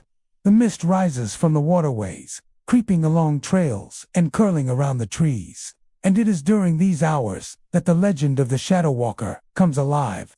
Hikers and campers speak of a tall, indistinct figure that moves silently among the trees. Unlike other wildlife, the shadow walker seems aware of those in the forest, yet it never approaches directly. Witnesses describe glimpses of a dark shape darting between trunks, crossing trails in an instant and vanishing when confronted. Its presence is accompanied by a sudden drop in temperature, a faint rustle of leaves, or the soft crunch of footsteps on the forest floor, though no one else is visible. One hiker recounted an experience on the Black Creek Trail. He was navigating a particularly misty stretch when he noticed movement just ahead. At first he thought it was another hiker, or perhaps a deer, but the figure was unnaturally tall and thin, its outline shifting in the fog. As he lifted his flashlight, the figure froze for a moment, then vanished into the swirling mist. The only sign it had been there was the subtle bending of branches and a lingering sense of being watched. Rangers who patrol the forest at night corroborate these reports. Many have claimed to hear whispers along trails that are otherwise completely silent. Soft footfalls circling their position, and glimpses of a shadow slipping behind trees or disappearing across the water. One veteran ranger described standing near the waterway, listening to the faint croak of frogs and the distant splash of fish, when a dark figure emerged from the tree line. He called out, shone his flashlight, and the shadow walker stopped, almost as if acknowledging his presence, before fading into the fog and leaving the forest undisturbed. The origins of the shadow walker remain mysterious. Some locals believe it is the spirit of a lost hiker, forever wandering the forest in search of a path out. Others suggest it is a more ancient presence, tied to the land itself, a guardian or watcher of the waterways and trails. Legends tell of early settlers who vanished while traveling through the dense forest, their stories passing into local folklore. The shadow walker is thought to embody these disappearances, a reminder that the forest has its secrets, and not all who enter return unchanged. Visitors who encounter the figure often report more than just visual sightings. Many speak of a feeling of being followed, even when alone, a sudden chill running down their spine, or the sensation of an unseen gaze.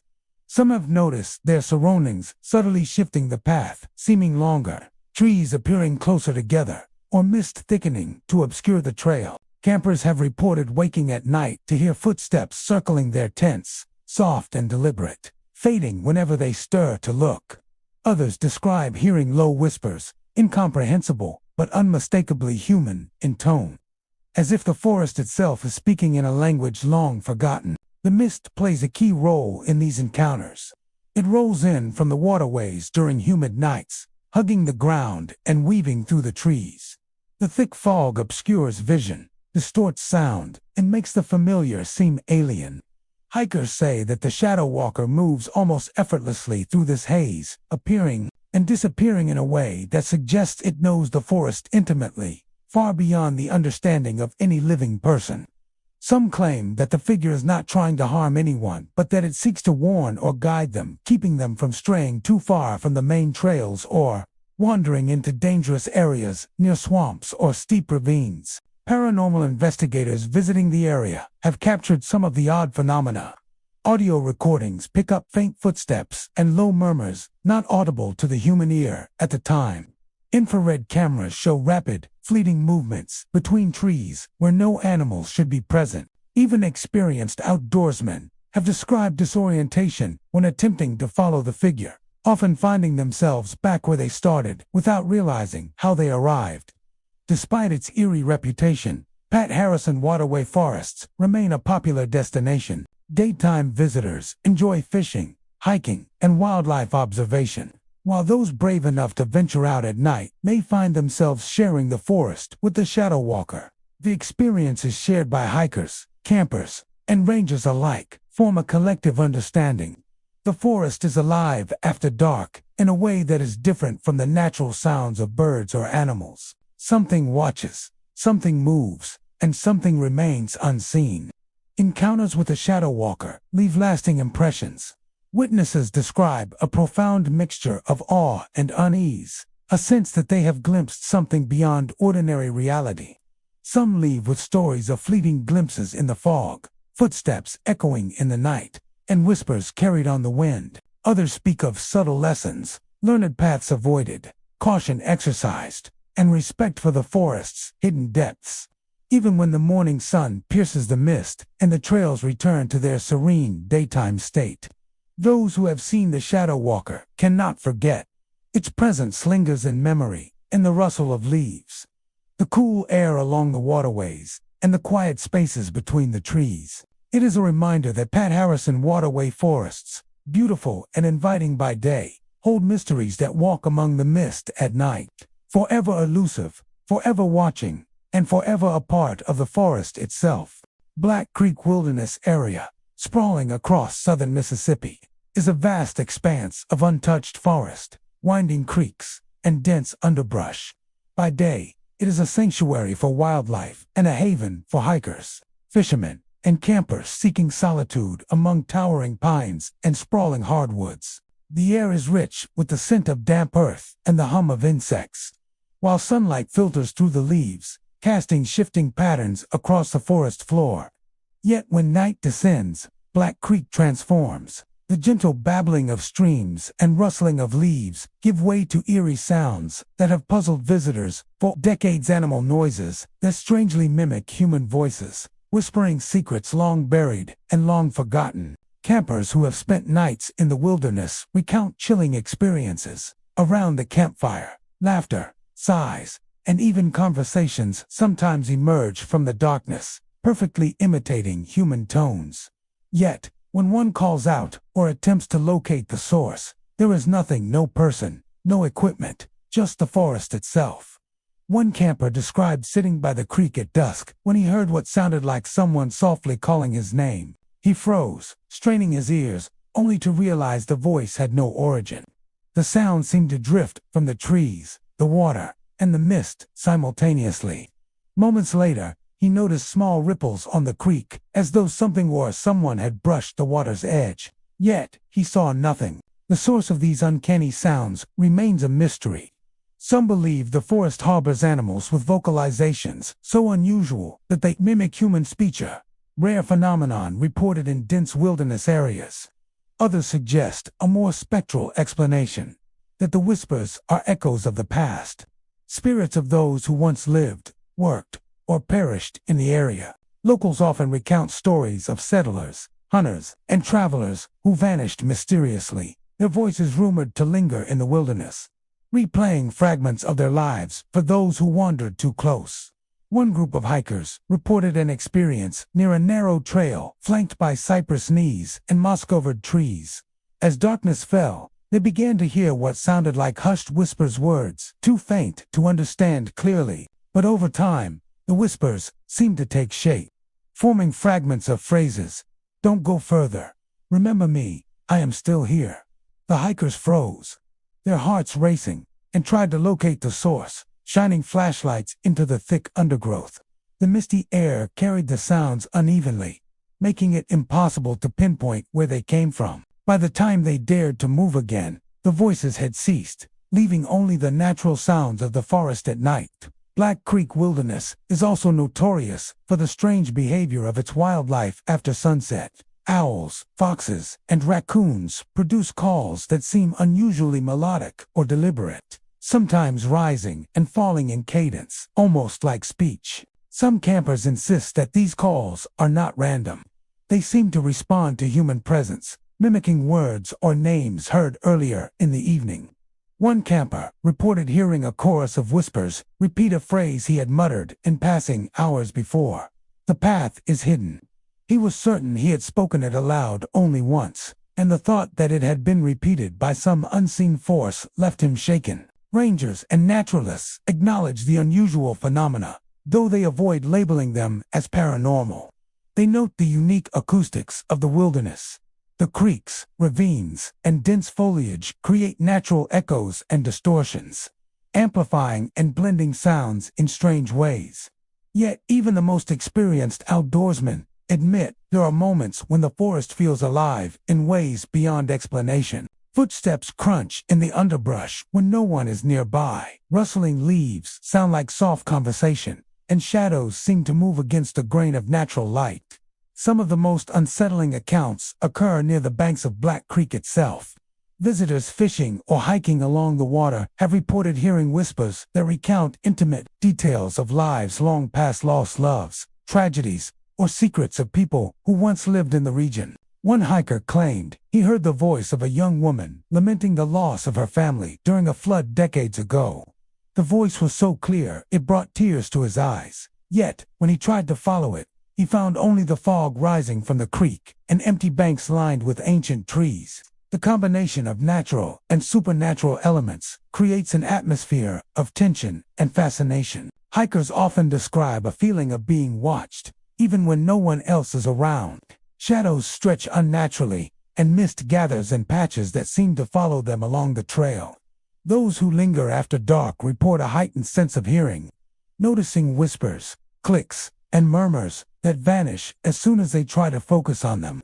The forest seems responsive, alive, and aware. Even during the day, some visitors say they can feel a presence and intangible weight in the air near certain trails or old campsites.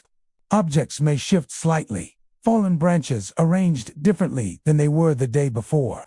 Rangers note that the wilderness retains subtle signs of its history. Old campsites, remnants of cabins, and the occasional artifact hidden beneath the undergrowth. Many believe that these traces are part of why voices echo through the forest at night. The land remembers those who pass through and sometimes communicates in ways we cannot fully understand. Black Creek Wilderness Area remains a destination for those drawn to nature, mystery, and the unknown.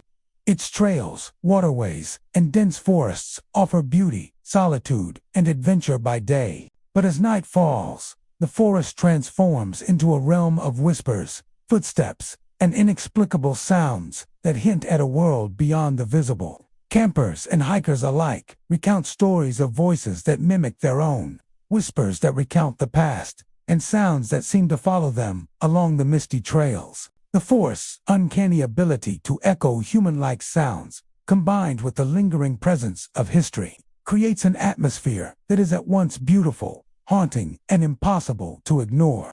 For those willing to venture into the depths of Black Creek Wilderness after dark, the forest offers an experience unlike any other. Every rustle of leaves, every ripple in the creek, every faint murmur in the night becomes part of a living symphony. Reminder that in this wilderness, the line between the natural and the supernatural is blurred, and the voices of the past may still be listening, whispering, and guiding those who dare to wander. Leaf River forests, winding through southern Mississippi, are a tapestry of towering pines, hardwood groves, and meandering waterways. By day, the forest is a place of serenity. Sunlight filters through the dense canopy. Birds call from hidden branches, and the gentle babble of streams guides hikers along winding trails. Families gather for camping, fishing, and canoeing, drawn to the forest's quiet beauty. But as dusk settles and shadows lengthen, Leaf River forests take on an entirely different character. Along the streams and tributaries, campers and hikers report sightings that defy explanation, spectral figures crossing the water, only to vanish before reaching the opposite bank. The legend of these ghostly apparitions dates back decades. Locals speak of early settlers and travelers who navigated the streams for trade and travel, some of whom met untimely deaths due to flooding, accidents, or illness. Stories suggest that their spirits remain tied to the river, replaying their journeys in fleeting glimpses visible to the living. Witnesses describe seeing faint, human-shaped figures gliding across the streams at night, their forms translucent and bathed in an ethereal glow. Just as quickly as they appear, they vanish, leaving ripples in the water as the only sign of their passage. One camper shared his chilling experience while canoeing near a bend in the river. The sun had long set, and fog began rolling in, softening the edges of the trees and reflecting a silver sheen on the water. Out of the mist, he noticed a figure stepping onto a shallow bank upstream. It was pale and indistinct, but unmistakably human in shape, moving with deliberate steps toward the center of the stream. He paddled closer, heart racing, only to see the figure dissolve into the air before it reached the opposite side, leaving no footprints, no disturbance in the riverbank, just a faint shimmer on the surface where the figure had been. Rangers and longtime forest guides acknowledge the reports, though they rarely speak of them publicly. Many have noticed patterns. The apparitions are most often seen on moonless nights, when mist hugs the streams and the forest is silent except for distant frogs and the occasional rustle of leaves. Campers report feeling an unseen presence nearby, a sense of being watched even when alone. Footsteps echo along the riverbank, sometimes matching the movements of the spectral figures, but no living person is ever found. Some hikers have tried to follow the figures, moving along the streams to intercept them or shine lights directly on them. But the ghosts always vanish, as if the river itself shields them. The ripples left in the water slowly fade, leaving only the reflection of moonlight and fog. One camper claimed he could hear soft murmurs, almost like whispers of a forgotten conversation, carried across the stream on the cool night air. These voices were indecipherable but left a haunting impression, as though the forest itself was recalling fragments of the past. The forest's unique geography seems to amplify these encounters. Narrow streams cut through thick groves, creating natural corridors that guide both sound and movement. Mist often lingers along the banks, obscuring vision and creating optical illusions. Even the simplest movements can appear ghostly. Yet the consistency of the sightings over decades suggests something more. Many who have witnessed the apparitions describe them with similar features, human-like silhouettes, pale or slightly glowing, moving in a straight line across the streams, and vanishing just before reaching the opposite bank. Local folklore suggests the spirits are not malevolent, but are bound to unfinished journeys or unresolved moments from their lives. They are often seen carrying invisible objects, bundles, lanterns, or tools as if completing tasks left undone. Campers report a strong sense of melancholy surrounding the apparitions, a feeling of sadness rather than fear. Some describe the air thickening, the forest growing unnaturally silent, and an almost tangible tension, as though the spirits themselves are aware of the living observers. Even during the day, the forest retains a subtle echo of these nighttime encounters. Leaves rustle in odd patterns. Reflections on the water sometimes seem to shift unnaturally, and sudden chills sweep across the trails. Experienced hikers often advise caution near the streams after dark, not because of physical danger, but because the presence is unsettling, persistent, and impossible to fully understand. The spirits of Leaf River forests, if real, are patient observers, replaying their endless crossings, bound to the water they once knew so intimately. One of the most eerie accounts comes from a group of campers who set up near a particularly wide stretch of the river. Around midnight, they saw several figures stepping from one bank and moving across the water in single file, glowing faintly in the moonlight. The campers froze, whispering among themselves. One of the figures turned slightly as though acknowledging them, then vanished midstream. The group spent the rest of the night wide awake, listening to the faint sounds of water, leaves, and something that sounded almost like soft sighs drifting across the river. These repeated sightings have become a defining aspect of the forest's mystique. For decades, visitors have recounted tales of ghostly figures crossing the streams, leaving behind only the faintest traces of their presence. Some believe the apparitions are echoes of tragedy. Others claim they are guardians of the forest's hidden memories. Regardless, those who have witnessed the phenomenon agree on one thing. The forest after dark is alive in a way that is unlike anything during daylight. It is quiet, yet not silent, still, yet constantly moving, haunted, yet strangely beautiful. Leaf River forests remain a destination for nature lovers, campers, and hikers, offering trails, streams, and wildlife by day, and mystery and legend by night. Those who wander the trails after dark may catch a glimpse of a spectral figure crossing the streams, a reminder that the forest is not just a place of trees and water, but a keeper of stories, secrets, and spirits that have never fully left. The ripples left behind are subtle, yet unforgettable. And the feeling of watching or being watched lingers long after the forest falls silent once more. Black Prairie Forest lies deep in the heart of Mississippi, where rolling grasslands fade into dense pine woods and the wind carries whispers of the past. It is a place of striking beauty, sunlight spilling through tall trees, the faint scent of magnolia and pine resin thick in the air, and winding paths that disappear into the wilderness. But beneath its natural charm lies a history steeped in sorrow and legend. Once the site of a grand plantation in the 1800s, the forest is said to be haunted by the restless spirits of its former owners and those who lived and died on the land. By day, the remains of that old world are nearly invisible.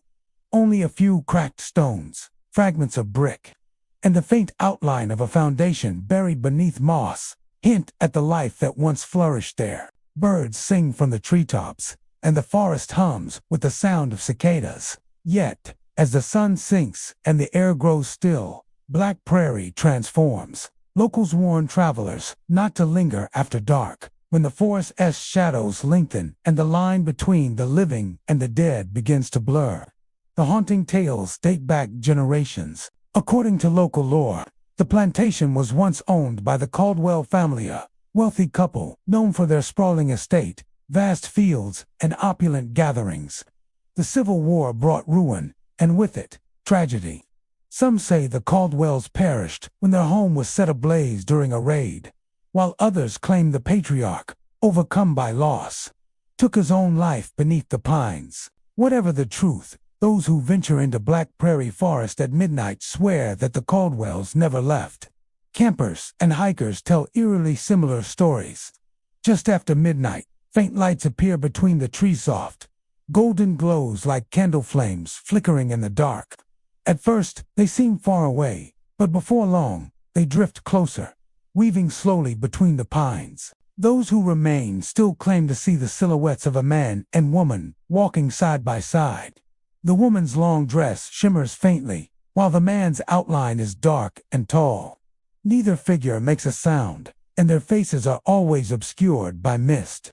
When anyone dares to move or call out, the figures fade, leaving only the rustle of leaves and the echo of footsteps retreating into the night. Rangers have investigated reports for years.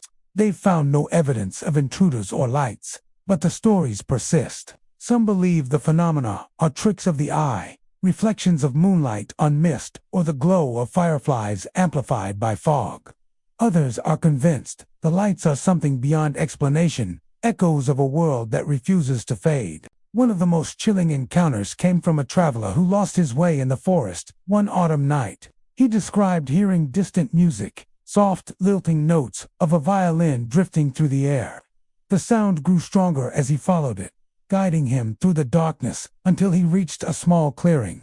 There, beneath a cluster of pines, he saw the faint outline of a grand house, its windows glowing with warm light. Figures moved behind them, dressed in old-fashioned clothes, dancing to music he could barely hear. But when he blinked, the vision vanished, replaced by empty forest and silence so deep it felt suffocating.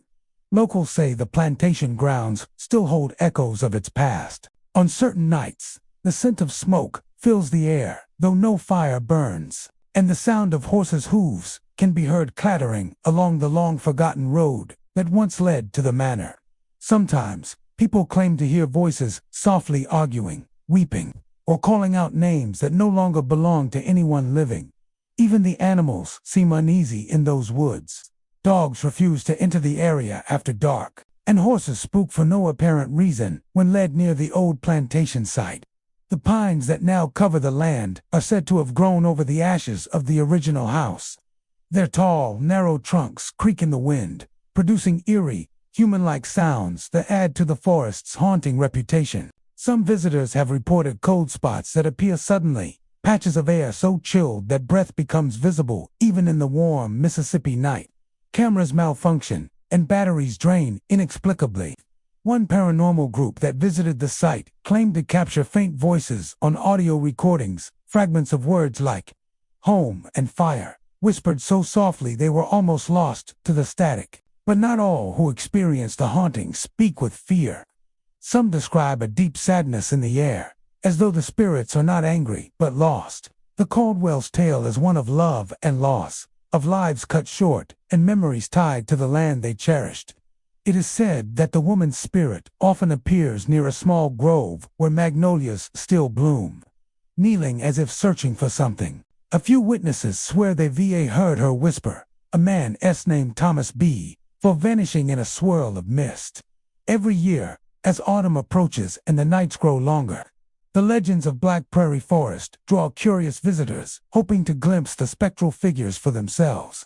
Some come with cameras and recorders, others simply to feel the energy that lingers in the air. Few leave without sensing something, an unexplained chill, the faint hum of a violin, or the unmistakable feeling of eyes watching from the shadows.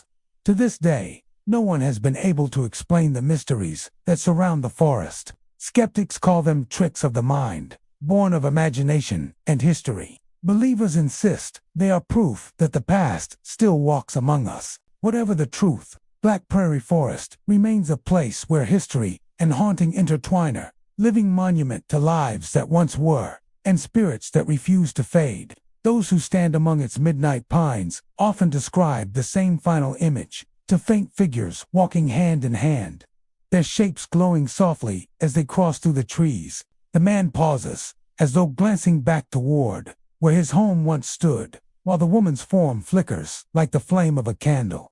Then, together, they disappear into the darkness, leaving the forest silent once more except for the sighing of the wind through the pines, and the faint echo of a love that time itself could not erase. Tishomingo State Park forests, nestled in the heart of Louisiana, are known for their tranquil rivers, moss-draped oaks, and winding trails that seem to stretch endlessly into the wilderness.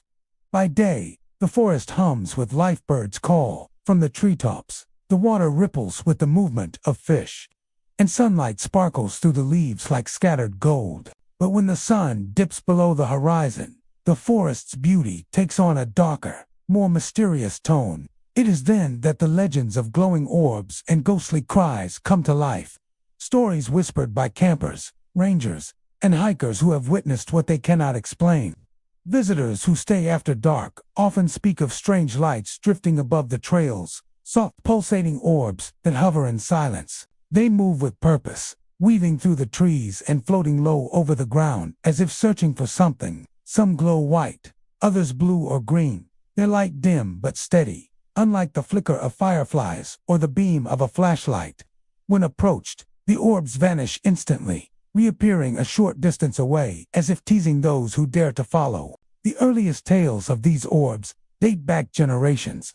Locals say they are spirit lights, remnants of souls unable to rest. According to legend, the land that is now Tishomingo State Park was once home to scattered homesteads and logging camps.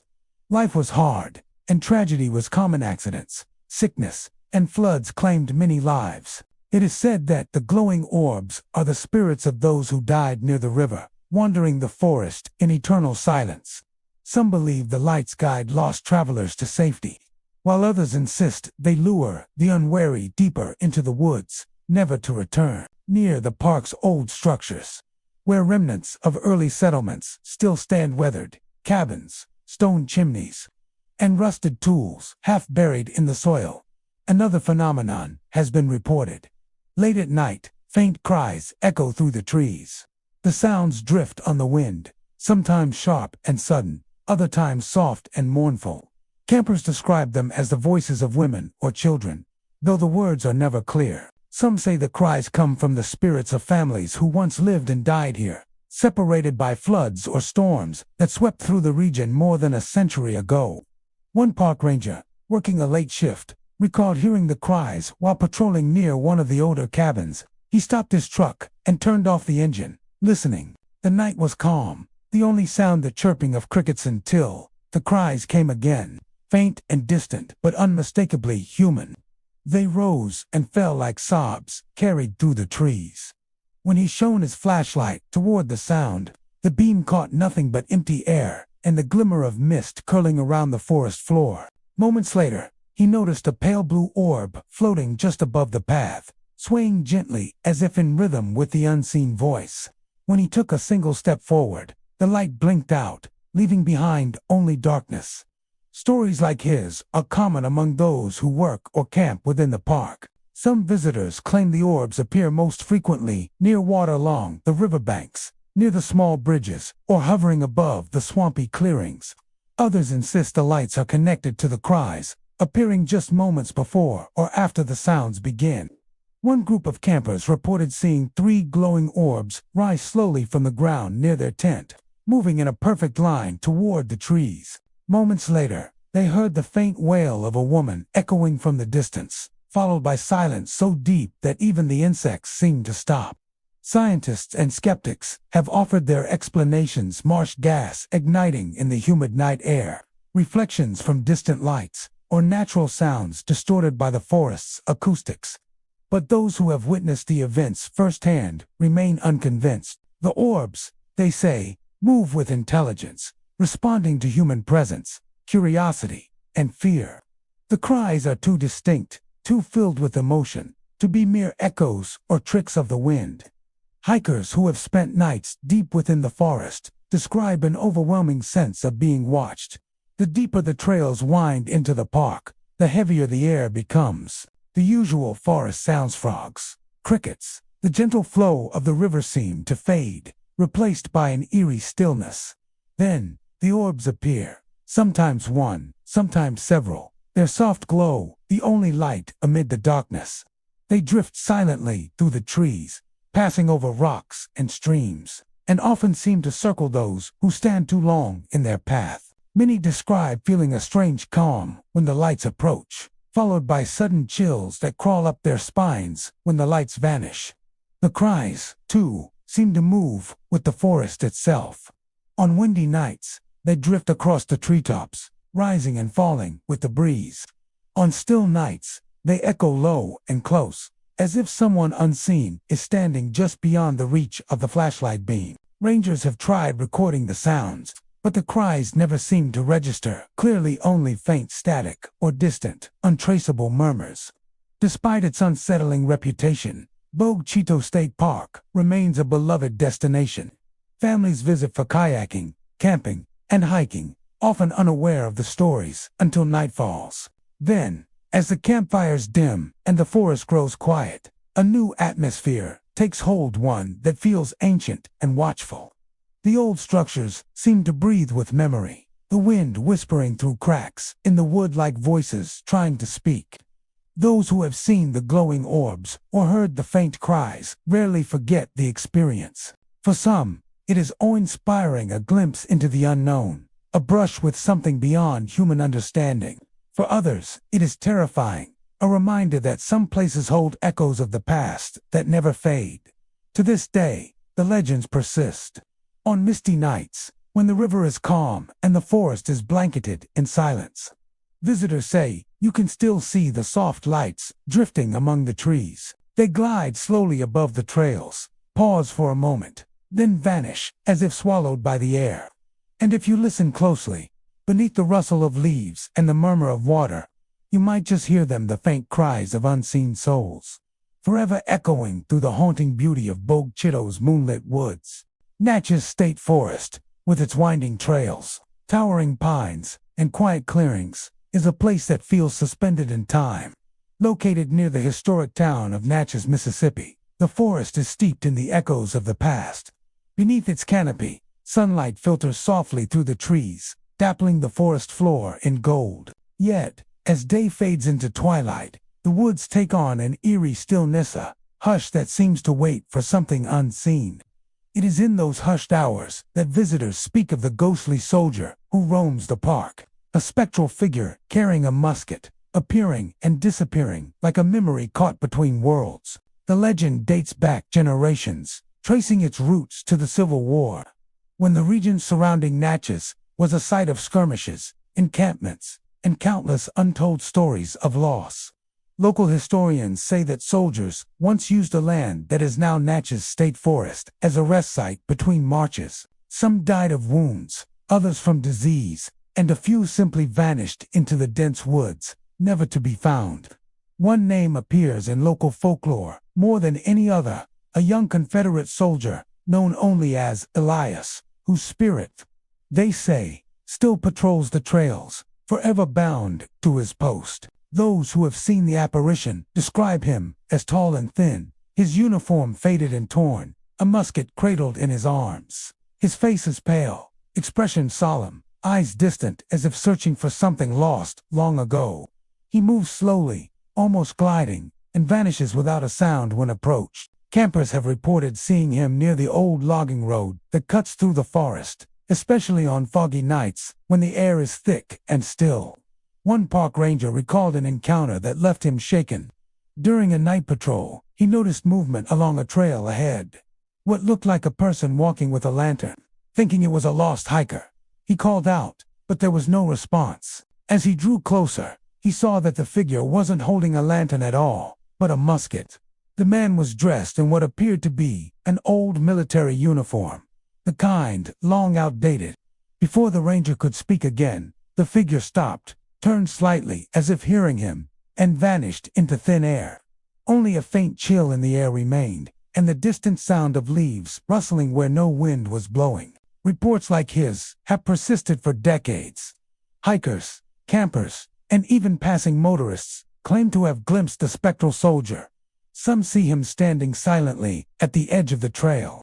Others report spotting him crossing open clearings, disappearing as suddenly as he appeared. The air grows cold when he's near, they say, and the forest seems to fall unnaturally quiet. According to local legend, Elias was separated from his regiment during a retreat and wounded in the forest. Unable to find his way back, he wandered for days before succumbing to his injuries near one of the creeks that now runs through the park. His body was never recovered, and locals believe his spirit remains, bound by duty and confusion, still guarding the land he never left in life. Some visitors report hearing the faint sound of boots crunching on dry leaves behind them, only to find no one there. Others claim to hear distant gunfire or the echo of a musket shot when the forest is otherwise silent. A few have described catching the scent of gunpowder in the air, mingling with the pine and moss. The sensations last only moments but are strong enough to send chills down even the bravest hiker's spine. There are also stories of people hearing whispers along the trail's soft voices that seem to speak from nowhere and everywhere at once. One camper recounted waking in the middle of the night to the sound of footsteps circling his tent, slow and measured, like a soldier on patrol. When he finally dared to unzip the tent and look out, he saw nothing but fog curling through the trees. The footsteps stopped abruptly, and the silence that followed was deafening. Not all who encounter the ghostly soldier feel fear. Some describe an overwhelming sense of sorrow, as though the spirit himself carries a weight of regret. One woman who was walking near dusk said she saw the figure standing beside the trail, staring toward the horizon. She froze, unable to move. After a few seconds, the soldier lifted his hand to his chest, as if in salute, then faded away. She later described the experience as haunting but peaceful, as if the spirit meant no harm, only longing. The musket the ghost carries is said to gleam faintly in the moonlight, even when his figure is half transparent. Some witnesses have described it as appearing solid, almost real, even when the rest of his body fades into mist. Paranormal investigators who have visited the forest claim that electromagnetic readings spike near the old trails, particularly around midnight. One team reported capturing faint sounds on their audio recorders, what seemed to be footsteps, the soft click of a musket lock, and a quiet voice whispering something that sounded like home. Skeptics argue that the sightings are products of imagination or natural phenomena. Mist, moonlight, and fatigue can easily play tricks on the mind, they say, but even those who doubt the supernatural admit that Natchez State Forest holds a unique energy, a quiet weight of history that seems to hum through its trees. The land remembers, they say, and perhaps the soldier is just one of many echoes still wandering through time. Those who visit the forest today often speak of its dual nature, peaceful by day, mysterious by night. The trails that seem so inviting in sunlight become shadowed and uncertain after dark. And somewhere in those shadows, the ghost of the soldier may still walk, musket in hand, keeping silent watch over the land he once swore to defend. Travelers who have seen him say he appears most often in late autumn, when fog clings low to the ground and the moon rises pale above the trees. He never speaks, never threatens, and never stays long. He is simply there watching, remembering, and then gone again, swallowed by the darkness and the whispering pines of Natchez State Forest. The Pearl River wildlife forests stretch wide and wild across Mississippi's landscape, a place where the air feels older than time and the river winds like a living memory. In daylight, the forest is peaceful, filled with the chatter of birds and the rustle of deer moving through the underbrush. But as evening draws near, when the fog begins to drift from the riverbanks and the shadows lengthen beneath the cypress trees, a strange stillness takes over. It's then that some hikers speak of a presence, something unseen that follows them silently, always just beyond sight, revealing itself only in the mirrored surface of a nearby stream. Many visitors dismiss it at first.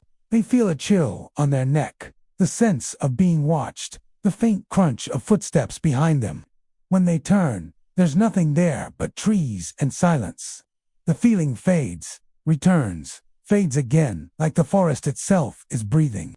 But those who've walked the Pearl River trails after dusk swear the sensation grows stronger the deeper you go, until the air feels thick and charged with something watching, waiting. One hiker, a man named Russell, shared his story with local rangers after an unnerving encounter one autumn evening. He'd been following the old river trail, planning to set up camp before nightfall. As the light dimmed, he began hearing the soft sound of leaves shifting behind him. At first, he thought it was an animal, maybe a raccoon or deer, but the rhythm matched his own footsteps. When he stopped, so did the sound. When he started again, it resumed, slow and steady. He tried to laugh it off, telling himself he was imagining things, but the air grew colder, unnaturally so. The forest, alive only moments before, fell completely silent. No birds, no crickets, not even the distant croak of frogs from the river. When he reached a small clearing where the trail bent toward a stream, he knelt to fill his bottle. The water was still as glass, reflecting the trees above like a painting. That's when he saw it behind his reflection, a tall, shadowy figure standing just beyond the tree line. Its outline was faint, wavering, as though made of smoke. It didn't move, didn't speak, only stood there, watching. Russell spun around, heart pounding, but the space behind him was empty. When he looked back at the stream, the reflection was gone. He left the forest that night without camping and never returned. It wasn't just a trick of light, he later said. I know what I saw. It was following me. He's not alone. Similar stories have circulated for decades. Locals whisper of the Watcher in the water, a spirit said to inhabit the Pearl River itself, moving through the reflections of its streams. Some claim it's the ghost of a lost trapper from the 1800s who vanished after a flood swept away his camp. Others believe it's something older, an echo of the land itself, taking shape only when someone lingers too long near the river's edge. A park ranger once shared his own unsettling experience. While inspecting a section of trail at dawn, he noticed footprints in the mud bare feet, large and deep, following alongside his own from the day before. The prints began suddenly, as though someone had stepped out of thin air, and stopped at the bank of a narrow creek. Beyond that, there was nothing, no sign of anyone crossing. When he looked into the water, the reflection of the trees seemed wrong. The angles were off, the shapes too dark. For a moment, he thought he saw a movement, like something standing beneath the surface, staring back. Night hikers who venture close to the river often speak of a whispering sound carried on the wind. It's faint, like distant conversation, but impossible to make out. Some say it's the sound of the water itself. Others insist it's something else, voices from beneath, calling out softly, urging travelers to look down into the stream. Those who do claim to see more than their own reflection, a shadow behind them, a pale hand resting on a shoulder, eyes glinting where no one stands. One group of college students reported a chilling encounter during a nighttime photography trip. They set up their cameras near a reflective pool under the moonlight. When they reviewed the images later, every shot showed a faint figure standing behind them, tall, faceless, and motionless. Yet no one had seen it while taking the photos. The group swore they felt nothing unusual that night, except a brief moment when the air turned cold and one of them thought she heard a sigh just behind her ear. Legends say the presence doesn't always appear to everyone. It chooses those who enter the forest with heavy thoughts, people burdened by guilt, sorrow, or fear. The reflection it shows is said to be not just of the forest, but of the soul. Some witnesses claim the figure they saw in the stream wasn't a stranger, but themselves changed somehow, darker, older, eyes full of knowing. There are those who believe the presence is a guardian of the forest, protecting it from trespassers who disrespect its silence. Hunters have reported hearing low murmurs when approaching certain areas, as if being warned away. A few who ignored the feeling ended up lost for hours, their compasses spinning, trails vanishing where they should have led straight. When they finally found their way back, the streams around them were calm, their reflections clearer than glass. But something in those waters always seemed to move, just out of sight. Whatever it is, the Pearl River presence leaves behind no footprints, no sounds, only unease and questions. It doesn't attack, it doesn't speak, and yet it lingers, unseen but felt, haunting the quiet spaces between trees and water. Those who have felt it say the forest never feels the same afterward. Even in daylight, the reflections seem deeper, darker, holding more than they should. Some claim that once you've seen the figure in the stream, it remembers you. That if you ever return to the Pearl River forests, it will be waiting silent, patient, reflected just behind you, watching from the water's mirror as you pass by once more. The Amite River forests stretch for miles along winding banks of dark water and dense green canopies, where the air smells of moss and memory. To those who wander its trails, the forest can seem alive, not just with the hum of insects or the whisper of leaves, but with something older, unseen, and watching. When night falls and the moonlight dances across the river's slow current, strange lights begin to appear. They hover over the paths, shimmer through the fog, and glide silently among the trees. Some flicker faintly, others burn bright enough to cast shadows. Many say these lights belong to the spirits of fishermen who lost their lives to the Amite River long ago. It's a story whispered for generations in small towns nearby. The fishermen would set out before dawn, their lanterns swaying above the misty water. Some never returned. The Amite could be treacherous, its currents shifting suddenly, swallowing boats whole. When the river rose after storms, it carried with it not just driftwood but memories, nets, boots, pieces of wooden holes. And on certain nights, people say, the lanterns of those lost men still glow among the trees, guiding no one home. One of the earliest accounts came from a hunter named Earl Mathis in the 1940s. He was camping near the river's bend when he noticed what looked like a lantern bobbing through the fog. Believing it was another hunter or a lost traveler, he called out, but the light only drifted closer, moving without sound or footsteps. Earl later told friends that the light stopped a few yards away, hovering above the ground, then shot upward into the trees before vanishing completely. When he searched the area by daylight, there were no footprints, no signs of anyone nearby, only a strange damp spot in the soil where the light had floated. Stories like his grew over time. Some called the phenomena ghost lights, others will-o'-the-wisps, but the locals gave them a simpler name. The lanterns of the Amite campers along the forest edge claimed they'd seen them gliding between the pines late at night, as if following invisible paths that led toward the river. One woman described a moment when a light appeared just beyond her tent, bright enough to silhouette her belongings inside. When she stepped out to look, the light drifted slowly toward the water. Curious, she followed, but as soon as she reached the riverbank, it went out completely. The woods fell silent. When she turned back, she swore she saw faint ripples forming on the river's surface, though there had been no wind. Scientists and skeptics have offered explanations over the years. Some say the lights are caused by marsh gases igniting spontaneously, while others suggest reflections of distant headlights or chemical reactions from decaying vegetation.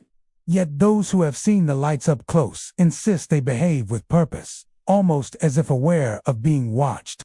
A few witnesses claim the lights have followed them, keeping pace for several minutes before vanishing into the trees. There's one story that locals still tell around campfires, the tale of a young man named David Lang who went missing in the early 1970s. He and two friends were night fishing along a quiet stretch of the Amite when a heavy fog rolled in. According to the survivors, David had wandered a few yards up the bank to retrieve a dropped lantern. They saw his light moving through the fog, growing dimmer until it disappeared altogether. They called out, but he didn't answer. When morning came, there was no trace of him, not his gear, not his footprints, nothing. Weeks later, searchers found his empty boat snagged in a cove downstream. Years after that, hikers began reporting a strange light in the same area, always appearing near midnight. It moved slowly, hovering just above the ground, before gliding toward the river and fading out at the exact spot where David had vanished. Some say it's his spirit, still searching for his friends, still carrying the lantern he went to retrieve. One ranger, who'd worked the area for over 20 years, once admitted that even he had no explanation for what he'd seen. Late one night, while checking on a closed trail, he noticed several small lights bobbing through the trees. They seemed to move in a line, spaced evenly apart, just like fishermen carrying lanterns. He turned off his flashlight, watching silently as they crossed the path ahead of him. The lights glowed with a faint amber hue and gave off no heat, no sound. When he tried to follow, they drifted toward the river and vanished one by one. The ranger said it felt as though he'd witnessed a procession, the lost men returning to the water that claimed them. Locals avoid the forest after dark, especially when the fog hangs low. They say that if you see a light hovering in the distance, you should never follow it. The lanterns are said to lure wanderers deeper into the woods, leading them toward the river's edge. Some believe it's not malice, but confusion, the spirits thinking they're re-guiding others home, not realizing they're drawing them into danger. Others say the lights test the living, beckoning the curious to see if their courage is stronger than their fear. One chilling account tells of a photographer who set out to capture the phenomenon. He'd read the legends and wanted proof. Setting up his camera on a moonless night, he waited near the water until just after midnight. According to his notes, a light appeared behind him, bright and silent. When he turned, he saw three more hovering along the trail, slowly drifting closer. The last entry in his journal read, "They reflecting in the water, but not me." He was found the next morning, his equipment intact, but his camera contained only one blurred image, 4 glowing shapes over the river, and the faint outline of a hand reaching toward them. Even today, hikers along the Amite River forests sometimes glimpse those mysterious lights. They appear suddenly, gliding low between the trees, vanishing as quickly as they come. Whether they're tricks of nature or remnants of lost souls, no one can say for sure. But those who've seen them never forget the quiet awe and fear of standing beneath the ancient trees, watching as ghostly lanterns drift through the mist, forever searching the banks of the Amite for a way home. Deep in the heart of Mississippi lies the petrified forest, a place where time itself feels suspended, where the air hums with age and the ground seems to remember every footstep. Towering fossilized logs, once living trees millions of years ago, lie scattered across the forest floor, like the bones of the earth. Their stone surfaces gleam faintly beneath the moonlight. Gray and ancient, silent witnesses to centuries that have come and gone. But those who visit after dark say the forest is not as silent as it seems. Shadows move between the trunks, and whispers drift through the air. Faint, rhythmic voices speaking in a language long forgotten, as if the ancient trees themselves are trying to speak once more. Many locals refuse to enter the petrified forest after sunset. They say that when the wind moves just right, it carries with it something that isn't quite natural, a sound too deliberate to knowing. It's been described as soft chanting, rising and falling like waves, sometimes close, sometimes far away. No one has ever been able to record it clearly. Every attempt to capture the sound ends in static, as though the forest rejects being remembered by modern means. There are old legends that tell of a civilization that existed before these trees turned to stone. People who lived among them when the forest was alive.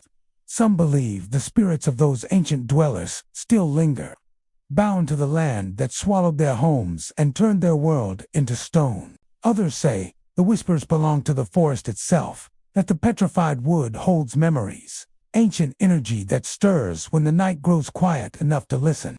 In the early 1900s, workers clearing trails through the area began reporting strange occurrences.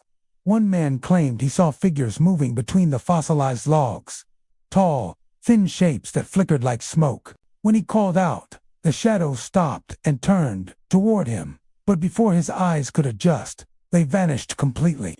Another worker swore that when he placed his hand on one of the stone trunks, he felt it vibrate faintly, as though a pulse beat somewhere deep inside the rock. He left his job the next morning and never returned. Visitors have often spoken of the strange sensation of being watched while exploring the forest. Some feel cold spots that linger in one place, even when the air is still.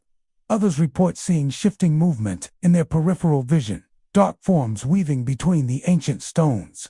A woman once described hearing whispers so close that she thought someone was behind her. But when she turned, she was completely alone. She said the sound wasn't English, nor any language she could recognize, just a low, melodic murmur, repeated again and again, until it faded with the wind. In the 1960s, a geology student from a nearby university stayed overnight in the forest to study the mineral composition of the wood.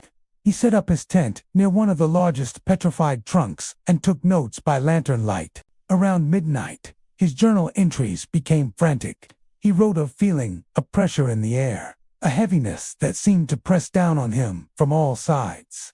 Then came the whispers, not faint this time, but clear and constant, circling his camp. He described hearing multiple voices, some near, some far, speaking words he couldn't understand. When he finally stepped outside, the lantern flame flickered wildly, though there was no breeze. He looked around and saw dark figures moving between the stones, slow and deliberate, as if searching for something. He fled before dawn, leaving behind most of his equipment. When he returned with a team the next day, the ground around his camp showed no footprints other than his own. What's even more chilling is the occasional report of voices captured on audio by accident. Tourists filming videos sometimes notice faint whispers in the background when they review their footage later. Experts have analyzed the recordings, but no explanation fits. The sounds don't match the patterns of wind or insects, and they seem to carry rhythm and tone, almost like structured speech. A few paranormal investigators who have ventured into the petrified forest believe that the voices may be remnants of the forest's original life, when the trees were buried by ancient floods and slowly transformed into stone. Perhaps something spiritual remained trapped within them, an echo of life that cannot die. Some claim that the petrified trees act as conduits, amplifying energy or memory from the deep past. They suggest that the extinct tongues heard in the forest could be the voices of creatures or people who lived before written history. Their words fossilized in the same way as the trees. One ranger who's worked there for years told a story that still gives him chills. He'd been patrolling the forest late one night after reports of trespassers. The moon was high, lighting the trail in silver. As he passed between two massive stone trunks, he heard faint murmurs coming from his left. Thinking it was a group of campers, he called out. No answer. The murmuring grew louder, overlapping like many people speaking at once. When he shined his flashlight toward the sound, he saw shadows scatter across the ground, long and fluid, like smoke dissolving into air. The light flickered, and for a brief second, he said he saw shapes that resembled faces pressed against the stone, human but not quite, eyes wide and hollow, mouths open as if mid-chant. When the light steadied, the faces were gone. The ranger refuses to walk that trail after dark now. It wasn't fear of people, he said quietly. It was the feeling that the forest itself was alive and aware. Those who have visited the Mississippi Petrified Forest describe it as hauntingly beautiful, a glimpse into a prehistoric world, frozen in time. Yet beneath that beauty lies something unsettling, an awareness that time does not erase everything. Some who listen closely claim to hear more than whispers.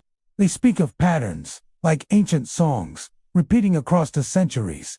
The forest, they say, remembers. And when the night grows deep and the moonlight catches the stone just right, you might see the shadows move, slow, deliberate, ancient. They wander between the fossilized trunks, whispering in voices that no human tongue has spoken for millions of years. Some say they are memories of a vanished world, murmuring the lost language of the earth itself, a song that never truly stopped, only became too quiet for most to hear. Deep in the heart of Mississippi lies the Chickasaw National Forest, a vast expanse of whispering pines and tangled trails where time seems to move differently. The air carries a strange heaviness here, especially after rain, when the ground turns slick and muddy, and the scent of wet earth fills the air. It's during these quiet, misty hours that visitors say the forest reveals its secrets. Ghostly wagon tracks appearing in the mud, leading nowhere, fading as suddenly as they form. The legend of the phantom wagon tracks dates back to the mid-1800s, when a group of settlers disappeared while traveling through this very forest. They were families heading west, their wagons loaded with supplies, livestock trailing behind. They had planned to camp near the river for a single night before continuing their journey. But when another group arrived days later, all that remained were torn tents, broken wheels, and a half-buried trail that ended abruptly. There were no signs of struggle, no footprints leading away, just silence and the feeling that the woods were watching. Over the years, countless hikers and hunters have stumbled upon strange, deep impressions in the mud that resemble wagon ruts, perfectly parallel, stretching across trails where no modern vehicle could travel. What's more unnerving is that these marks often appear overnight, after a heavy rainfall, in places untouched by man for decades. Some claim they've followed the tracks, hoping to uncover their origin, only to find them vanish mid-path, as if the wagons had simply lifted off the earth and disappeared. Forest rangers have long tried to explain the phenomenon. Some suggest it's caused by runoff water carving grooves that mimic wagon tracks, but others, especially the ones who have seen it for themselves, are not so sure. One ranger, who had worked in the forest for 20 years, once described an unsettling night while patrolling a remote section of trail. The rain had just stopped, and mist hovered low across the ground. As his flashlight beam swept over the mud, he saw two long, deep tracks glistening with rainwater. Curious, he followed them for nearly a mile, until they ended abruptly at the edge of a clearing. There was nothing beyond it but untouched grass. When he turned back, the tracks behind him were gone. Visitors who camp near those areas often report hearing the creak of wooden wheels and the clatter of metal harnesses echoing faintly through the trees at night. Horses snort in the distance, and the sound of boots splashing through mud follows, though no one is ever there. Some even claim to see faint lantern light moving between the pines, soft glows swaying gently, as though held by invisible hands. Local folklore tells of a woman among the vanished settlers, known as Clara Whitlow. She was said to have carried her infant daughter across the country, determined to find a better life. Legend says that on the night the settlers vanished, Clara's cries were heard echoing through the forest, calling for help that never came. Some hikers still report hearing a woman's voice drifting through the fog, faint, distant, and filled with sorrow. When they follow the sound, it always leads them toward fresh wagon tracks, half buried in the mud. There's something undeniably strange about Chickasaw after dark. The forest grows still, the air thick with moisture, and even the insects seem to fall silent. It's as if the woods themselves are holding their breath. Those who've experienced it say it feels like stepping back in time, caught between the living and the lost. Some believe the phantom wagon tracks are the spirits of the settlers retracing their final path, forever bound to the forest that swallowed them. Others say the forest remembers, that it keeps the memory of every footstep, every wheel turn, replaying them in the earth itself. Whatever the truth, one thing is certain. Chickasaw National Forest holds on to its ghosts. Even today, hikers tread carefully when the rain begins to fall, because when the storm passes and the mist begins to rise, the ground might tell a story, one written not in ink, but in the soft, shifting mud of a haunted trail. And if you follow those phantom tracks too far, some say you might just vanish into the forest, becoming part of its legend forever. Clock Creek State Park in Mississippi is known for its breathtaking beauty, steep hills, ancient trees, and the rhythmic sound of cascading waterfalls echoing through the forest. During the day, it feels like a paradise, untouched by time. The trails shimmer with sunlight filtering through the leaves, and visitors can hear the soothing rush of water from the park's many falls. But when night falls and the mist begins to rise, the same beauty that draws hikers and campers turns into something haunting. Locals whisper that the waterfalls hide ghostly apparitions, figures that drift silently through the mist before vanishing into the darkness, leaving behind only the faint echo of footsteps on wet stone. The stories began decades ago, long before the park became a favorite destination for nature lovers. Locals spoke of strange lights flickering near the largest waterfall, moving as though carried by unseen hands. Some said they saw shadowy shapes gliding along the edges of the cliffs, their movements fluid yet unnatural. Others described hearing faint voices in the spray, whispers carried on the wind, calling out names that no one could recognize. According to legend, the apparitions are tied to a tragic event from the early 1800s. Before the area became a state park, it was home to a small settlement near the creek. The settlers relied on the water for everything: drinking, washing, and milling grain. But one year, a violent storm swept through the region. The creek flooded its banks, washing away homes and claiming several lives. When the waters receded, some of the bodies were never found. People said the spirits of those lost still lingered near the waterfalls, trapped between the living world and whatever lies beyond. Over the years, visitors have reported eerie experiences that echo this legend. One hiker, who camped near the lower falls, claimed to wake up in the middle of the night to the sound of laughter, soft, distant, and childlike. When he stepped out of his tent, he saw what looked like a small figure standing by the water's edge, surrounded by mist. The figure turned, and before he could move closer, it dissolved into the fog. In the morning, he found footprints in the damp soil leading toward the waterfall, but they stopped abruptly at the waterline. Another camper shared a chilling story that has since become part of local folklore. She had gone night hiking with friends to see the waterfalls under moonlight, a popular activity for those seeking a thrill. As they approached one of the higher falls, the group saw what appeared to be a woman in white standing near the top of the rocks. Her dress was long and flowing, and her hair seemed to float around her face. Thinking she was another hiker, they called out, warning her it was dangerous to stand so close to the edge.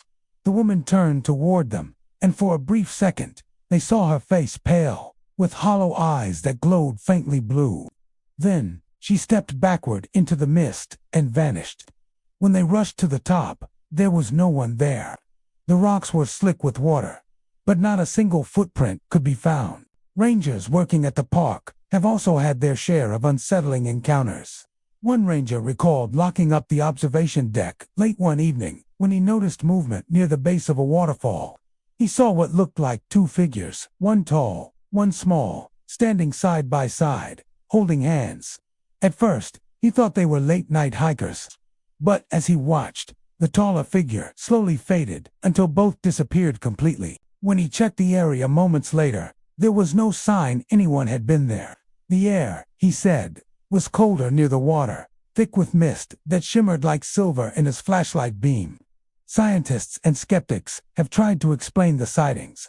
Some attribute them to natural illusions caused by the play of light on mist, especially under moonlight. The falling water refracts and reflects light in unpredictable ways, creating shapes that look eerily human. Others suggest that the mind, influenced by stories and the forest's haunting beauty, fills in the blanks, turning shadows and fog into spirits. But even the most skeptical hikers admit there's something about Clark Creek after dark that feels otherworldly. Locals, however, prefer to believe the legends. Some say the apparitions are the souls of those lost settlers still searching for their families. Others think they're nature spirits guarding the forest, appearing only to those who wander too close to the edge between the natural and the supernatural.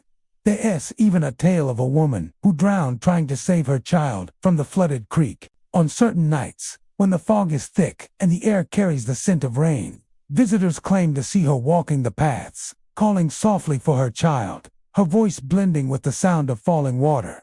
Photographers and ghost hunters have visited the park, hoping to capture evidence of the apparitions. Some claim success, faint silhouettes appearing in long exposure shots, strange orbs of light near the waterfalls, and unexplainable streaks resembling human forms. One particularly haunting photograph shows a transparent figure standing directly beneath the main fall, arms outstretched, surrounded by mist. Experts who examined the photo found no signs of editing, though no one could confirm what it truly depicted. Even during the day, the waterfalls hold a strange energy. Visitors often describe feeling watched, especially near the pools at the base of the falls. Birds seem to go silent, and the forest takes on a hush that feels almost reverent. The water sparkles under the sun, but beneath its beauty, there's a weight, a sense of ancient sorrow.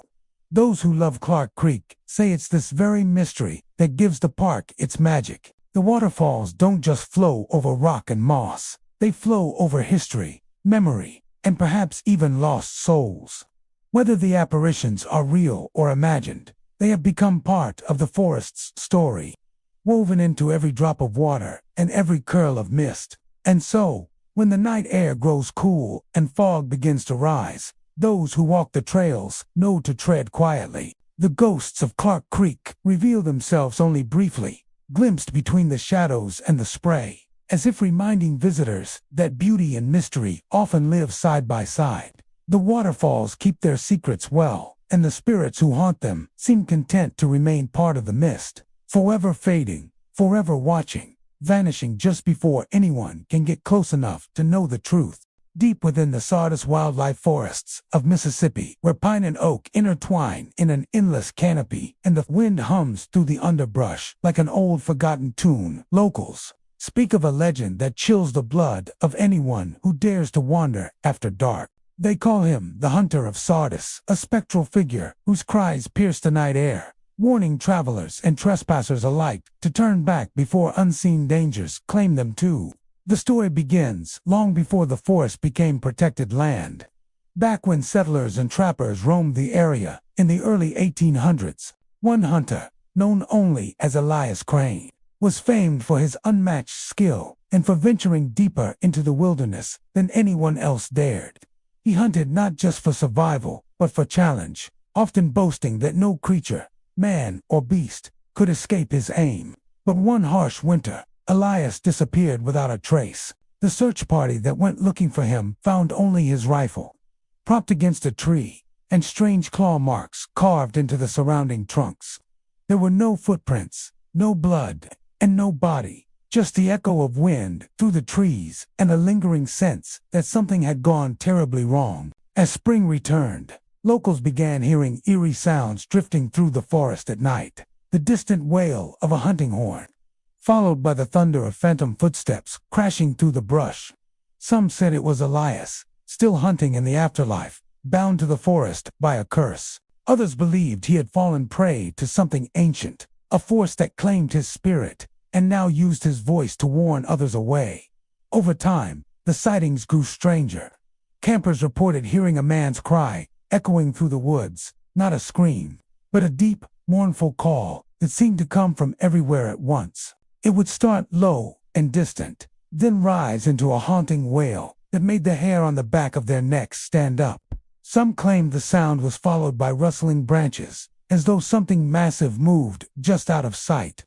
When they shone flashlights into the dark, the beams reflected off what looked like eyes, bright, silvery, and unblinking, before vanishing into nothing. Rangers who patrol the Sardis wildlife forests have their own tales. One veteran ranger once described hearing heavy breathing behind him while walking a trail at dusk. Thinking it was a stray animal, he turned, only to find the trail completely empty. But the sound continued, circling him slowly, like something stalking its prey. The temperature dropped suddenly, his breath visible in the fading light. Then, from deep within the trees, came a single, echoing shout, a hunter-esque call, so loud and filled with despair that it made his knees tremble. When he ran back toward his truck, he swore he saw a figure in the mist, tall, wearing a tattered coat, holding what looked like an old musket. The figure raised its arm as if to warn him away, then dissolved into the darkness. Locals have learned to respect the legend. Hunters who venture into Sardis's woods leave offerings near the trails, a bullet casing, a strip of leather, or even a bit of tobacco, as a sign of respect to the spectral hunter. They say it keeps him calm, ensuring he sees you as a guest, not a trespasser. Those who forget, however, often return with stories of strange happenings, their compass spinning wildly, the forest going unnaturally silent, or hearing a voice whispering from behind, urging them to turn back. In one chilling account, two friends decided to camp near one of the deeper trails that bordered the old creek bed, an area long avoided by locals. Around midnight, they heard what sounded like someone walking just outside their tent, dragging something heavy along the ground. In the pale glow of the moon, they saw a man-shaped figure standing at the edge of the clearing. His face was obscured by shadow, but his outline was unmistakable. Tall and broad, wearing an old-fashioned hunting coat, he lifted one arm, pointing toward the woods behind them. Then, in a hollow voice that seemed to echo through the trees, he said, "Not safe." The friends froze, unable to speak. When they finally gathered the courage to shine a light, the figure was gone. Yet the next morning, they found the ground around their tent covered in strange prints, boot marks, but decades old, embedded deep into the soil as if burned there. A nearby tree bore fresh claw marks, deep and jagged, cutting through bark that had stood untouched for years. Historians have found no solid evidence of who the spectral hunter might truly be. Some link the legend to a Civil War scout who was said to have vanished in the same woods, while others claim it is tied to older Native American spirits who guarded the land long before settlers arrived. In some retellings, the ghost isn't a lost soul at all, but a protector, a restless guardian who warns mortals when they're close to danger. Those who have experienced the phenomenon say the feeling is always the same, not evil, but heavy, sorrowful, and charged with unseen energy. The forest grows colder, the wind stills, and then, from nowhere, comes that voice, the cry of the spectral hunter, ringing across the dark canopy like a warning bell. Hikers who've heard it never forget the sound. Some describe it as a deep horn. Others say it's a long, echoing shout that vibrates in the chest like thunder. A few claim that after the cry fades, they catch a glimpse of flickering light through the trees, like a lantern swinging in the night, moving swiftly before vanishing altogether. Whatever truth lies behind the legend, the Sardis wildlife forests remain one of the most mysterious places in Mississippi. Even on clear nights, when the stars glimmer above and the air feels calm, there's always that moment, when the wind shifts and the woods fall silent, that visitors find themselves glancing over their shoulders. Because in the depths of Sardis, they say, the hunter still walks.